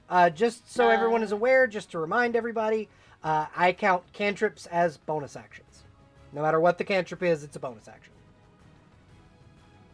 Ooh. Then I would like to Ray of Frost Bozo at the front. Alrighty. Or attempt to. Just to slow him down. Alright. And you're rolling against his AC, correct? Yes, a 23. That'll hit. That'll do it. He takes 2 cold damage, and I believe his speed is reduced by 10 feet. Yep. Alright. So you are able to reduce his health just a little bit more as you begin pelting him with rays of frosty energy from your hands. Is that all you're gonna do? I believe she just kind of blows a kiss, and then it's just frost, and then she turns around and walks up the stairs, and that'll be the end of her turn. Wonderful. Okay. Next up is Krieg. Krieg is just going to move up.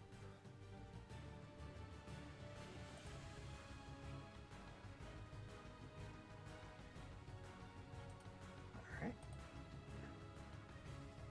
One moment, I'm just seeing if I can turn Google down a smidge. There we go. Alright, so far away. I mean, okay, so here's my question. Knowing where you were assigned to be, where do you think you would have been starting this battle? That was the other thing that I would have asked. That I should have asked at the top of the round. If you guys want to move where you think you'd have been when the battle started. Where would you like your characters? So everybody has the opportunity to just one free move to where you think you'd have been. All right, so Krieg is over by the cannons. Yeah, that's where he was assigned. Wonderful. Rowan would also be over by the cannons because she's been delivering cannonballs the whole time. That's true.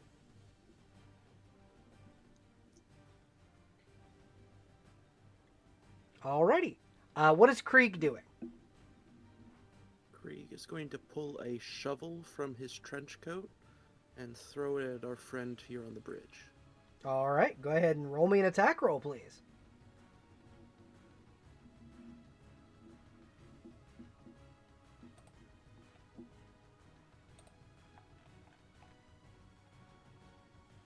Sorry, looking up what it was. You're alright. Take your time. I gotta get his AC out to make sure that I can... A 14 hit. 14 will in fact hit him. Wonderful.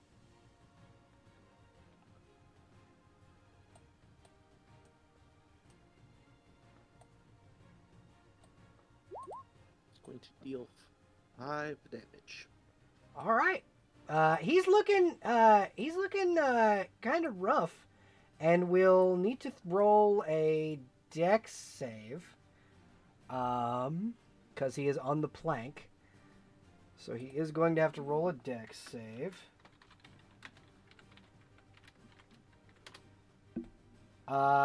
And with a natural one, Krieg, you watch as your shovel binks him in the forehead and knocks him into the drink. Great, I lost my shovel. No, the shovel landed about right here-ish. Okay, thank goodness. But this interloper, dead. Knocked him into the water. Fantastic. And for the move, we're just going to move Krieg right here. Alrighty. After Krieg is... Crow, what's your dex score, buddy? My dex score is a hearty 15. Wonderful. The captain of the pirates goes next because he has an 18. And he will use his action to get about right here. And will attempt to shoot Krieg with a spell slinger pistol. Alright. Let me roll for his spell.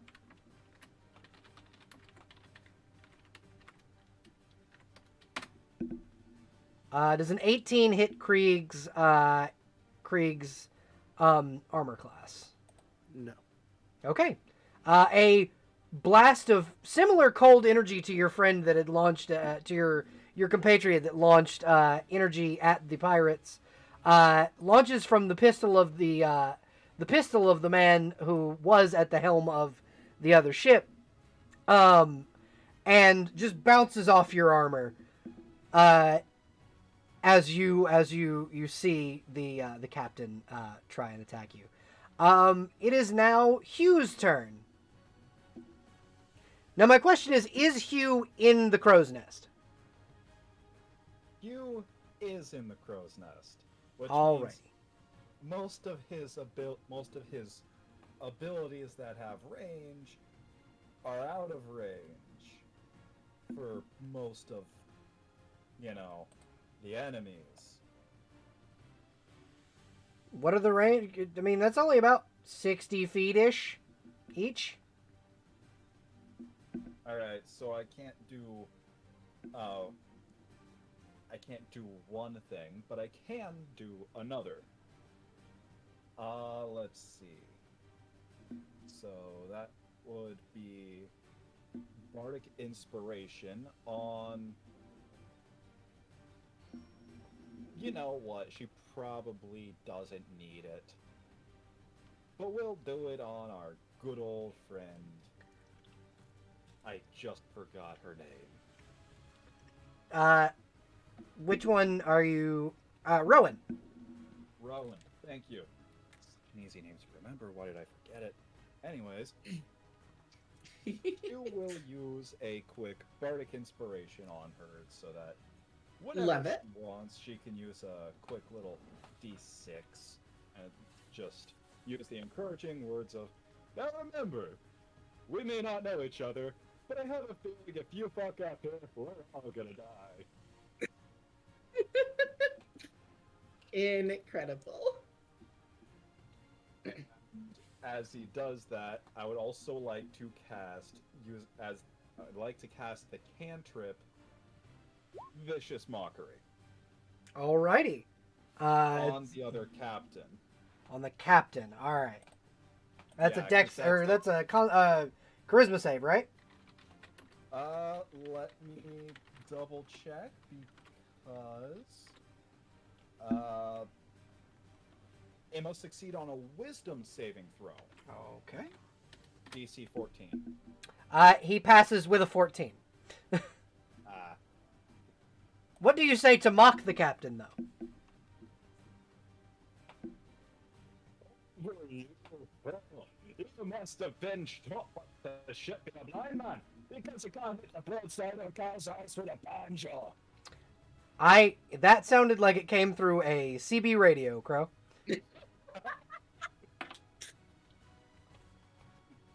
I just heard vaguely Scottish noises. Yeah. I screw up.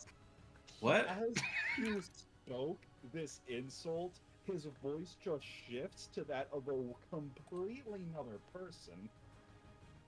But what he said, when translated into easily understandable English and not from a CV radio, you must have been taught to shoot by a blind man because you couldn't hit the broadside of a cow's ass with a banjo. All right. That is You know what?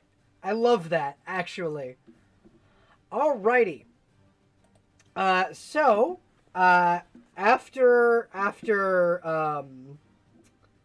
Hugh's turn, it is now the pirate's turn. This one is going to step That's the wrong tool. This one is going to dash to get across, and then she has melded inside Krieg's body. 1 second. I'll move you back in just a moment, friend. Okay. She is going to cast Vampiric Touch on Krieg against Krieg's AC.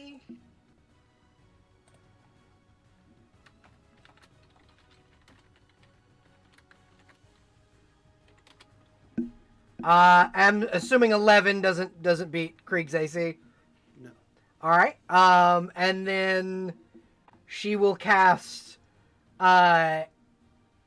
She will.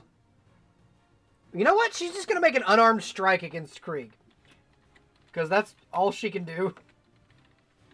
Because she doesn't want to get an attack of opportunity. And she clinks against the side of Krieg's gas mask, hurting her own hand, not being able to do any damage to Krieg. All right. The next pirate is going to move up and fire one of the cannons.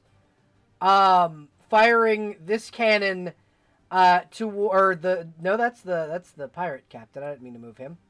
This guy who took a massive amount of damage is going to fire this cannon and attempt to hit Krieg, because it's the closest one. Krieg is the closest one in the range of that cannon. I'm just gonna fire off a 10-pounder at you. Good luck. Natural 1, the cannon explodes. And he Been chosen by the Emperor. Oh. Yeah, no. Krieg, it is I am officially saying Krieg has been blessed by the Emperor from his dimension.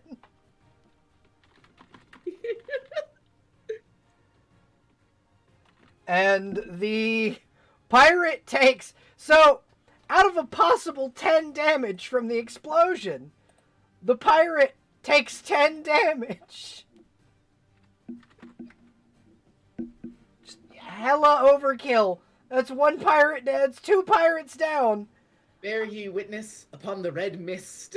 As this particular pirate will attempt to fire this cannon at Rowan. Okay. Alright, so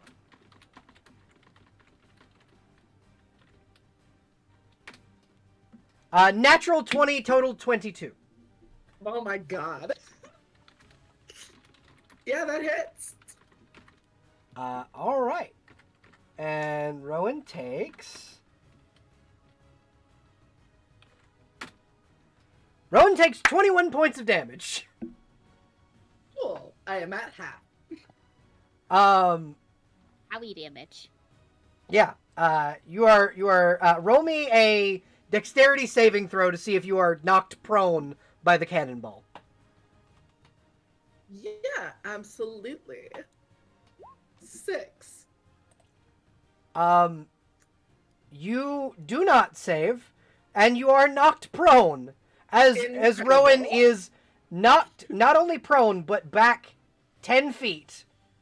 I forgot what it's like to be a player character. Knocked back 10 feet and knocked prone by a cannonball. All right. Next is Naked Yoga in the Misty Gloaming.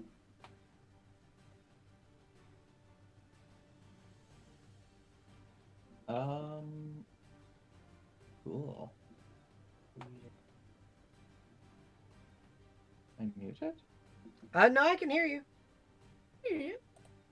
Oh, okay. Right. Feline agility. And wait, is this person alive? Yeah, that person's alive. Cool. Feline agility to move 60 feet and drawing What's it? Drawing a rapier into a dueling stance, just to try and slide it into them. Okay. Go ahead and roll me an attack roll, please. Oh wait, we're gonna do Hunter's Mark on them.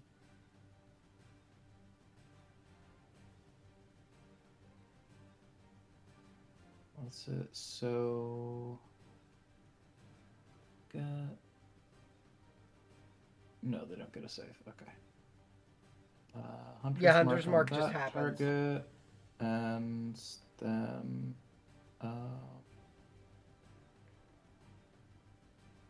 Rapier Strike along with Dreadful Strike from Fey Wanderer.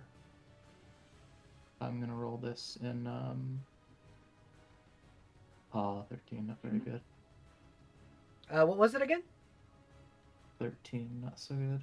Against this mage with an AC of 10, you're fine. Oh, okay, cool. Cool. So there's rapier damage at 10. And then there's psychic damage from Dreadful Strike. And there's Hunter's Mark damage. And that is a total of 13. All right, you take a sizable chunk out of this mage's health points. Oh. Is that your whole turn? I believe so. Alrighty. As you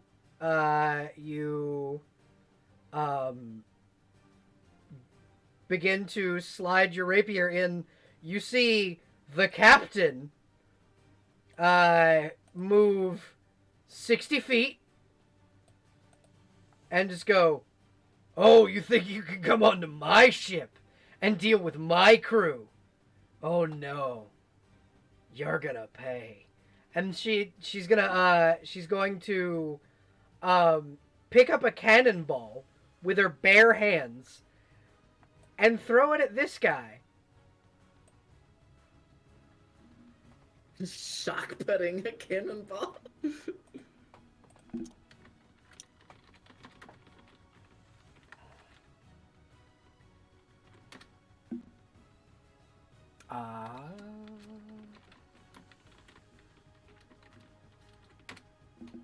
And with an 18, she will hit.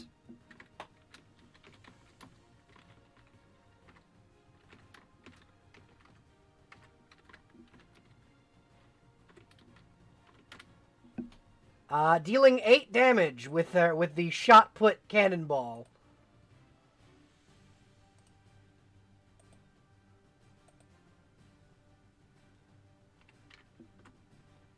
Alrighty.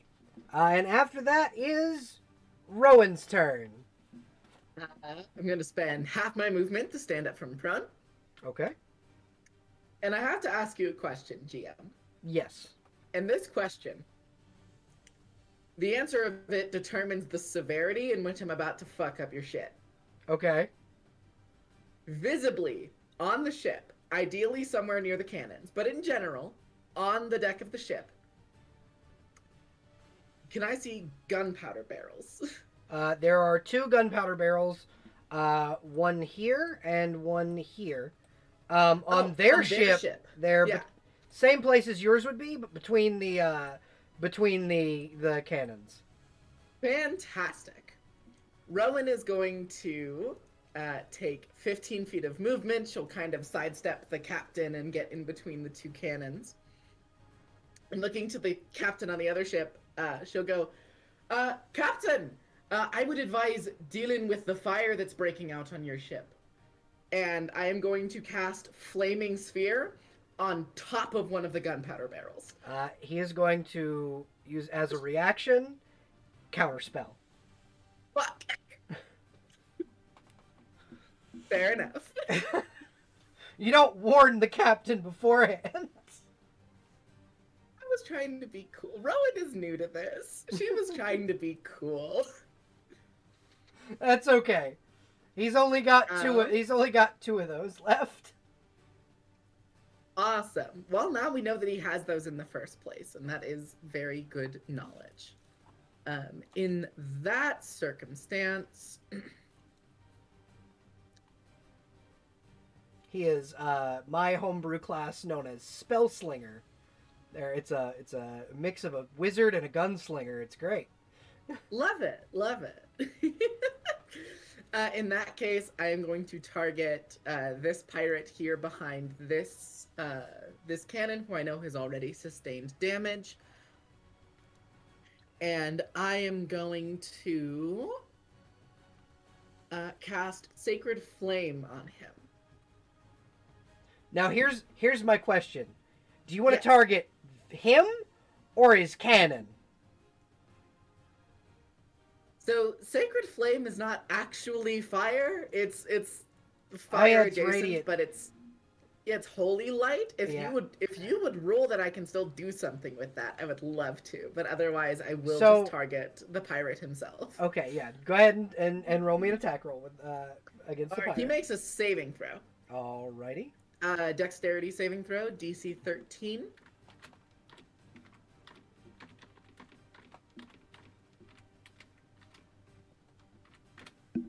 That's a 12. He fails. Fantastic. And then because we're using my revised warlock, I am adding charisma, my charisma modifier to the damage of that. So that is still only 4. Alrighty. He is hit with your spell, and he is looking rough. He is looking like near dead, beaten the fuck up. He is not happy right now. Alright, and that is going to bring us back to Jessamine. Yay. Okay.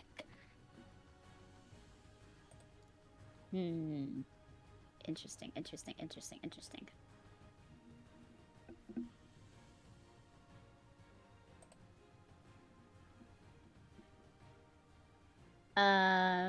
As she's strolling back down to the fray of the battle, she just kind of taps herself on the shoulder, or on like the midsection of her breastplate, and casts Armor of Agathis to herself, Oh, that's a good spell.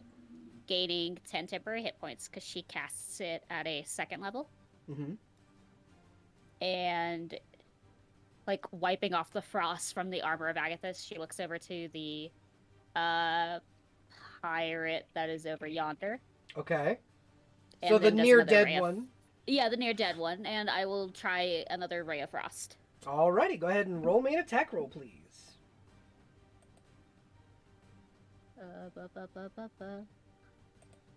24. Yeah, it'll hit. 3 cold damage to the sir. Alrighty. You all see as the haughty, as you guys had described her, Eris, begins to shoot off these rays. One of the pirates freeze in place as he is killed by being frozen where he stands. Cool. What a wonderful ice sculpture he'll make. There are that's it for 3 Jessamine. left. Alrighty. That will bring us to Krieg. Krieg is going to use a wonderful feat called Charge and target the captain in an attack roll. Okay. That will invoke an attack of opportunity from the wizard. That's fine, Okay. if you want to make that roll. Yep, I will do that right now.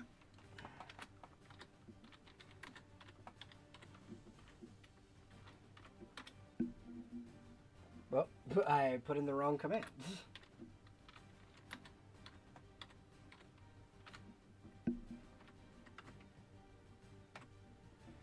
That is a 17 against your armor class. No. No? Nope. Wonderful. All right. Yeah, you can definitely do that. You can get over to the captain.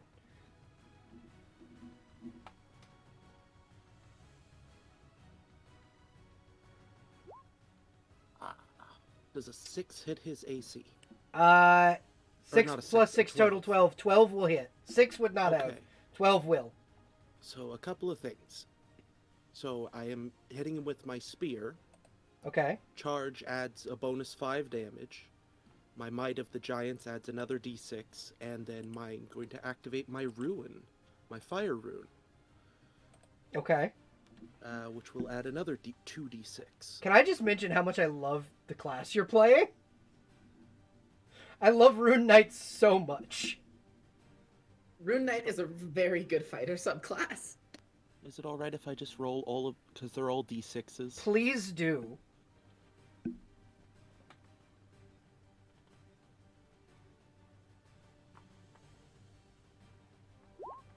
28. 28 damage. All right. You are able to hit him and hit him hard. And then,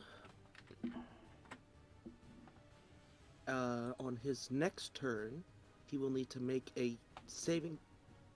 At the end of his next turn, he will need to make a strength saving throw, or he will be restrained. All right. Is that your whole turn? Yep. Okay. It is now his turn, and he is going to attempt to stab you with his cutlass and to retaliate.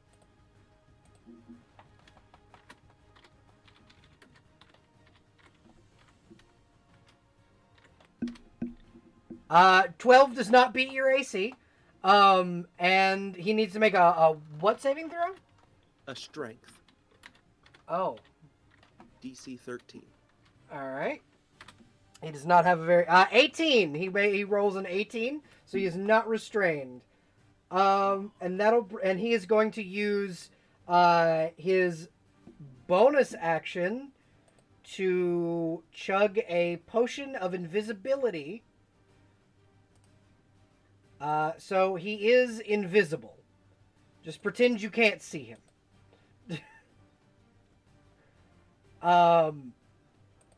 But yeah, so he is able to disappear before Krieg's eyes.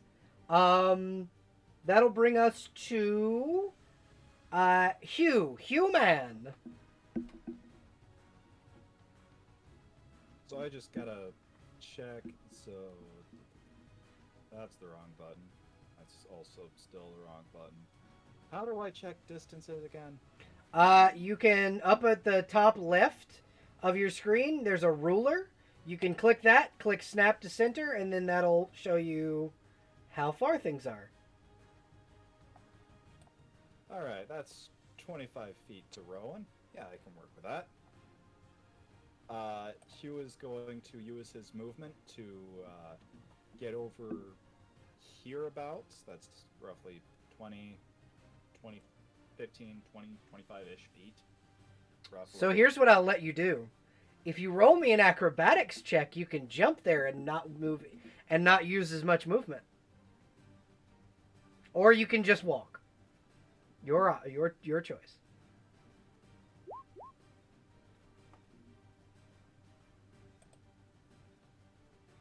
Why did you roll that at advantage? I didn't. I just clicked the button. Okay. So I think it's talking just the first one there. So yep. So that's a 7. That's a fail. So I'm gonna give you the option. You can take it and do the thing, or you can walk and use your movement. I won't make your character take damage if you don't want him to have done that. I'm gonna make him do the thing. Okay. Let me roll damage. Like, he absolutely just fell out of the crow's nest and is pretending he didn't. You take 7 points of falling damage.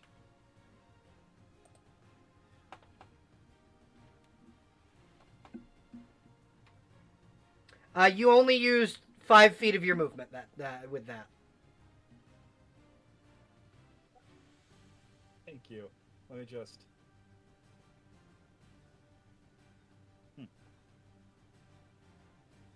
Strange.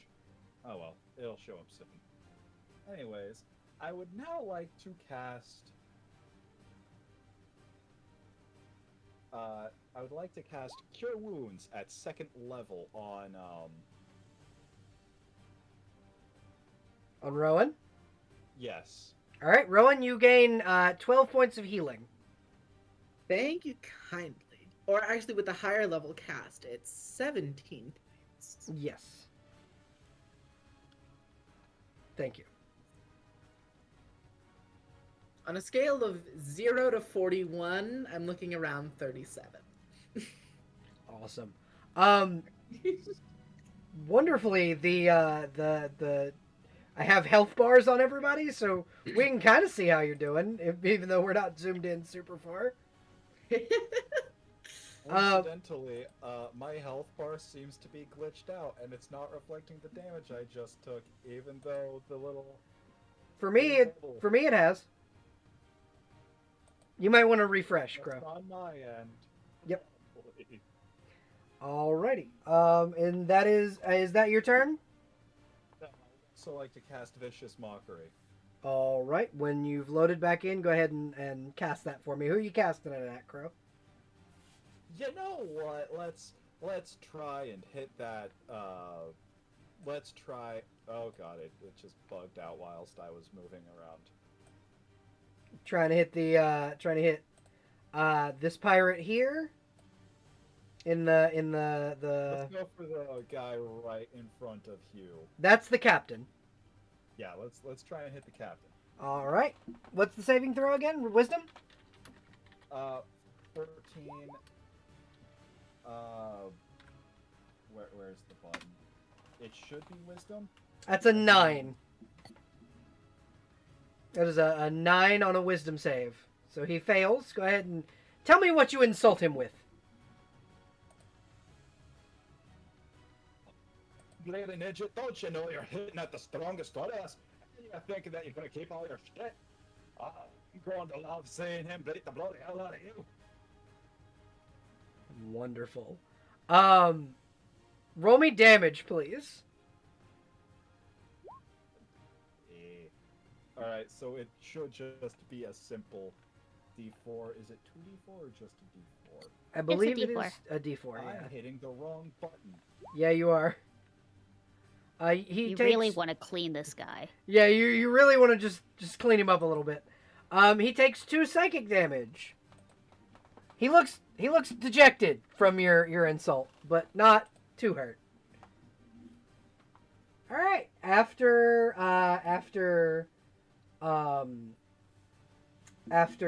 Hugh is gonna be the pirates.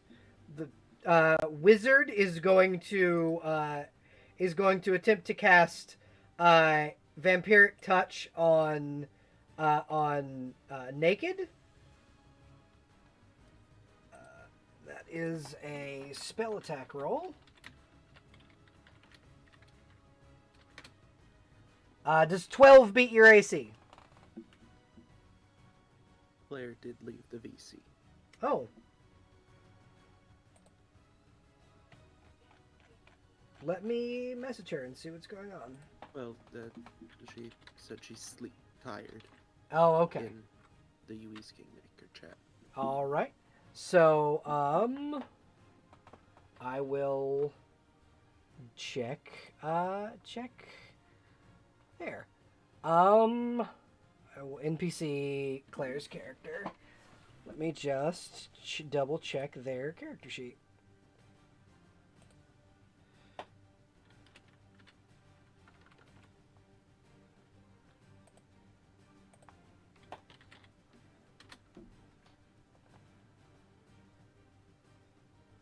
Alrighty, campaigns.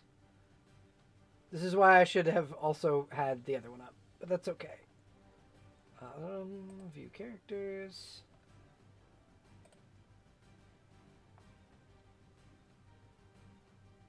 So sorry about this, everybody. No, that will not hit.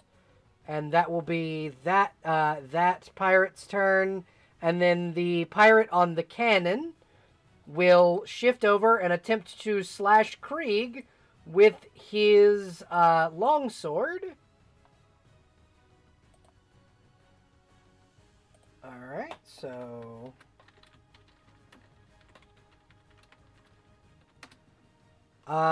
12 does not hit Krieg's AC. Krieg really is blessed by the Emperor. 12 will not hit your AC. And he will attempt to use his weapon in his offhand, his dagger, to stab you. With a 7. Also failing. Alright. After that will be Regina. Regina will go next. And Regina will just will laugh and cast and will use a key point to allow herself a long jump and yeet herself over here before shot putting another cannonball.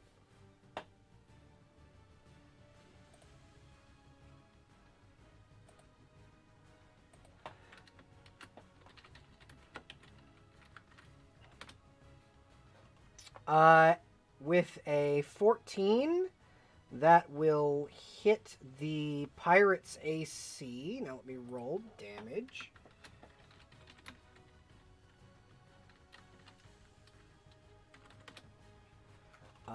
And that is 8 points of bludgeoning damage to the to this pirate here.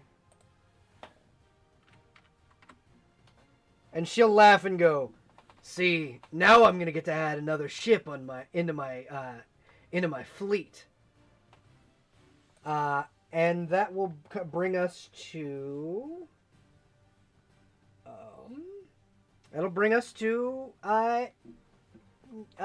naked yoga, which I will attack for. So we're gonna attack with the rapier. And that will be a 13. That will indeed hit. That will hit the AC of the wizard, dealing 11 points of slashing damage to the wizard.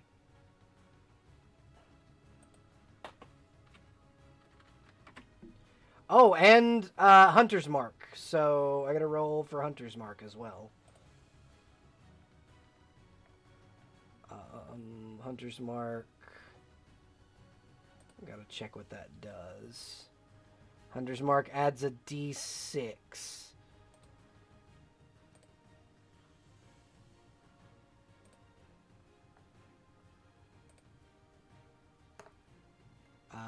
That's another 1 point of damage. So the wizard takes another point of damage. And that will bring us to Rowan, your turn. Fantastic. Let's see. As a bonus action, Rowan is going to cast Expeditious Retreat on herself. So this round and every round thereafter, she can use a bonus action to dash. I automatically get it upon casting the spell. So we're just going to run my full... Should be 60 feet, but we're going to move 50 over here. Rowan is going to draw Ikarn and is just going to lay into this pirate right here. Wonderful. Go ahead and roll me an attack roll, please. 21. 21 will hit. Roll damage. 8 points of slashing. Alrighty. How would you like to murder this man? So, I don't think Rowan is one for, like, flashy moves. Like, she's not gonna, like, aim for, like, a decapitation or something. I think she just grabs his shoulder and runs him through and then discards his body. Wonderful. You hear Regina go, "Efficient. I like that." Got no reason to dwell, do I? That's Then right. I will take my last 10 feet of movement to help encircle the captain. Wonderful. So now you and Krieg will both attack at advantage because you're flanking. Yeah. All right. And that will bring us to Jessamine. Your turn. Yay.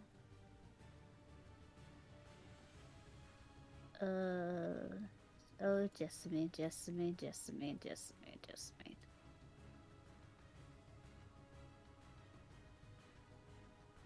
I guess she will go over yonder to the young mage. Right, it's alt. There you go. Silly grids. Oh, You don't shoot. control me. Real quick, I forgot to roll an Yes. attack of opportunity against Rowan. Did I? Oh, 'Cause of the witch mage. Have a. Okay, that's right. That's right. Does a 15 beat your AC? No, it does not. All right. Once again, the mage attempts to punch someone with their noodle arms. Nothing. Nothing. All right. Now, Jessamine, sorry. Continue. You're good. I'm gonna come on the other side of the mage, and she's gonna look down at them, and in a similar fashion that Naked was doing, pull out her rapier, and also go to stab at the pincushion. Now that you are flanking the mage, you attack at advantage. Sexy.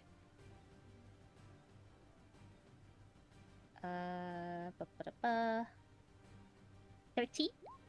13 will hit. Go ahead and roll damage. I'm gonna see if I want to use any of my flourishes. Extra damage to the target. I will do defensive flourish. All right. And what does that So do? I will add a d6 extra to damage.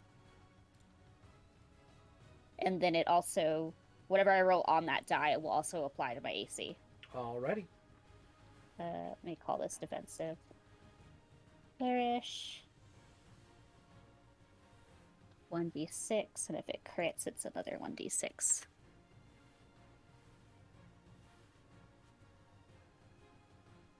Okay.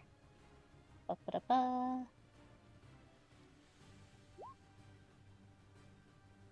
So he takes 10 damage. My AC goes up by 1. Okay. How would you like to murder this mage? I think she just kind of stabs him in the center of the chest, and then with her boot, just kind of kick him off the blade into the water. Yeah, you just hear sploosh as the body hits the water. All right. Is that your full turn?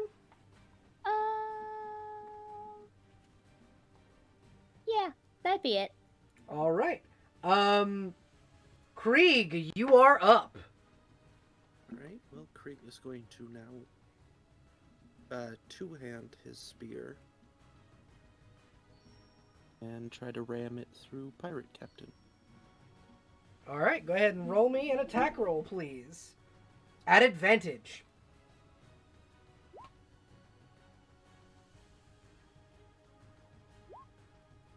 Does a 25 hit? Yeah, 25 is going to hit. Go ahead and roll me some damage, friend.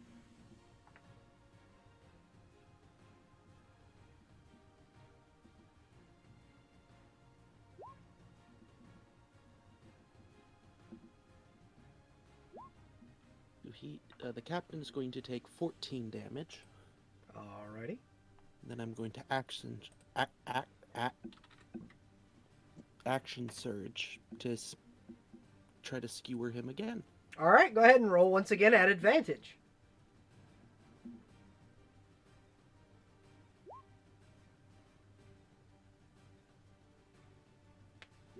$18 will hit. 18 will indeed hit, yeah.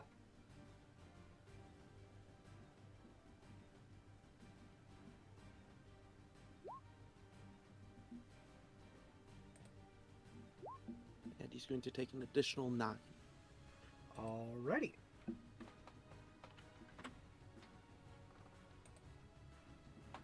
Alright, that will bring us to the captain's turn. And the captain will attempt to disengage. Using the disengage action, so he does not accrue attack of opportunity, and he will attempt to run the fuck away. So he's gonna get about right there, and then cast, Ray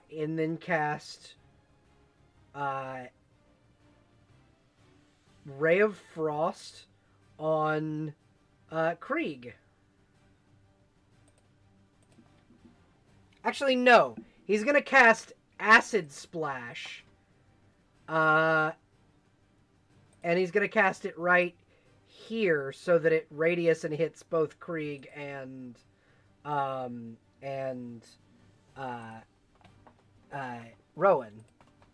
Let me double check that I'm looking at that right. I believe that's a Dex save. I believe so, yes.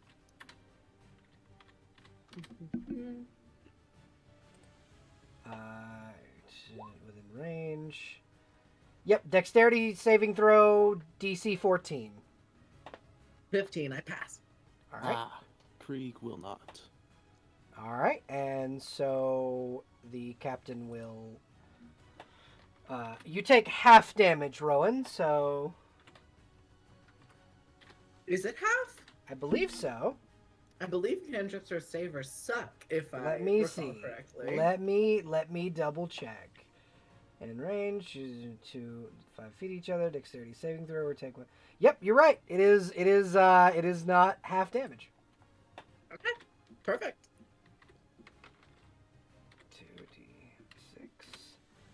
2d6. Krieg, you take 6 points of acid damage as he hits you with his acid splash, and that will be his turn. Actually, as my...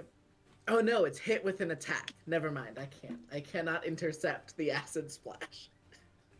If you would like, I will allow you to intercept for Krieg. Cool, so I am reducing damage. Let me see here. By 3. Krieg, you take 3 points of damage. Wonderful. Alrighty. That will bring us to Hugh. Hugh man, your turn. So, I'm gonna use a lovely little thing that you said you would have. Okay. Oh. And I'm gonna use the charge from the cloak to Misty Step all the way over here. Wonderful. Would that impose attack of opportunity? No, you're literally disappearing and reappearing. Great. I would also like to try and stab the captain with a rapier. I should have just done the basic roll, but... Yeah, that's a nat 20 for the first roll, so yeah, that hits. Go ahead and roll crit damage. Alright, so that would be... Your weapon's maximum damage, without modifiers, plus a roll. So total 11, but I would also like to activate Psychic Blades. Okay, and what does that do? An extra 2d6? At a cost of my Bardic Inspiration, I deal an extra 2d6 psychic damage. Alright, go ahead and roll me the 2d6. That is a 7. So total 18 damage. How would you like to finish the captain? Hugh, just appearing in a cloud of mist, lunges forward and stabs with a rapier, only hitting the man in the shoulder, but somehow you see this look of terror go on the captain's face as he falls to his knees, screaming in agony, grabbing his head with enough force that he might break his own skull, and his eyes roll back and the screams slowly die, and this captain falls over dead. Wonderful. As you all defeat the captain, Regina will laugh and go, Well, I didn't think that that I would be given such a hardy crew, but as a reward for uh, your wonderful uh, performance here today, she'll thump her foot on the boat. This heap of a vessel that they decided to try and attack us with, it's yours.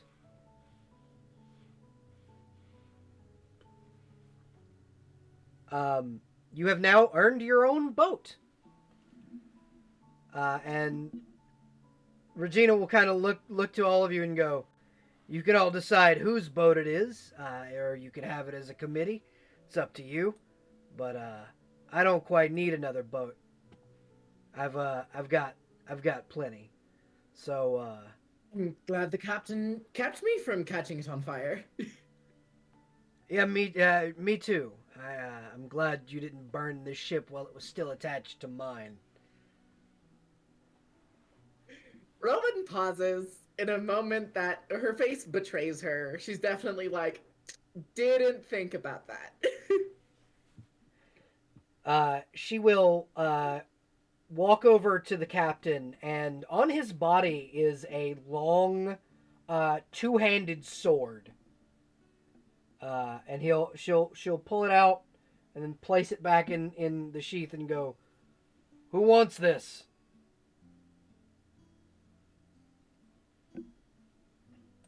I've already got a damn fine weapon as it is, so I think I'll throw it to the rest of the committee. As much as I hate to say it, I may not be of as sturdy a build as the rest of you, so this lightweight foil that I have been so lovingly using is the heaviest weapon I'm able to wield. I'm good. And you see, Naked Yoga is just coming back over here to fish some more. And she'll look over to Krieg and go, "Hey, Krieg, I think you're the only one that can use this." And she will toss the weapon to him. Krieg will catch it and then promptly toss it over the side of the boat. Damn. All right. That's a And little then bold. mutter over under his breath, "A heretic's weapon." All right. All right. I like your style. All of you, I think, will do good in the Dustlands. I'm gonna head back over to the Hammer Break. Jessamine, come here. Mhm. And she'll smile at Jessamine and go, you don't need my ship anymore. You've got this one. You're gonna be all right, and I'll see you soon, because I intend to bring the Adamant Fleet to whatever little dust bowl you end up in charge of, and you better end up in charge. She does like a small little bow and goes, "I will do my best, but I will see you soon." All right. You all take care. If you need anything, and she'll hold out a green stone. This is a kind of an advancement on the sending stone. They call it a communication stone. You can speak to me as much as you need through this rock. And she'll offer it to Jessamine. She'll take it gladly. And Regina will begin to head back to her boat. Rowan is going to walk up to Hugh Man. She's going to clap a hand on his shoulder and say, "Oh, as a repayment for your favor from earlier," and is going to cast Cure Wounds and is going to restore some hit points. Wonderful. All right. 9 points of healing back to Hugh. Wonderful. You got full HP back. Woo! Alrighty. That is, I do believe, where we are going to end the session with you guys getting your own vessel. We I- gotta name this boat. Yeah, you should name the boat. I am really really loving this group already. I am so I roll in my own little Discord for my DM screen. I don't know why I rolled so poorly trying to hit Krieg, but I am officially making it part of Krieg's lore that he is blessed by the Emperor. I love the juxtaposition of you rolling a nat 1 on a cannon attack against Krieg, and then the very next attack roll you make is It was a another nat cannon 20. that hits me with a nat 20. It was wonderful. I think it also shows how not an adventurer Rowan is. Yeah, no, absolutely. Krieg just full, ready to go, armor, comfortable in their armor, and then Rowan just, like, oh no, I hate this shit. Thunk. That and also her dead ass giving away her plan to the other team. Yeah, no, absolutely. She has no clue what she's doing, and I love my silly little himbo. I love delightful. this. I love this entire group. All right, so we are going to raid my friend Code, and then we're gonna head off, everybody. Hooray! It's gonna be a good night. This was a fantastic session. I will see y'all in the next one. Let's make sure that I spelled Code's channel right. Yeah. I always get so nervous when I go to raid people because I always spell it's like almost every time I spell it wrong. Yeah. All right, bye everybody. Bye. Have a good night. And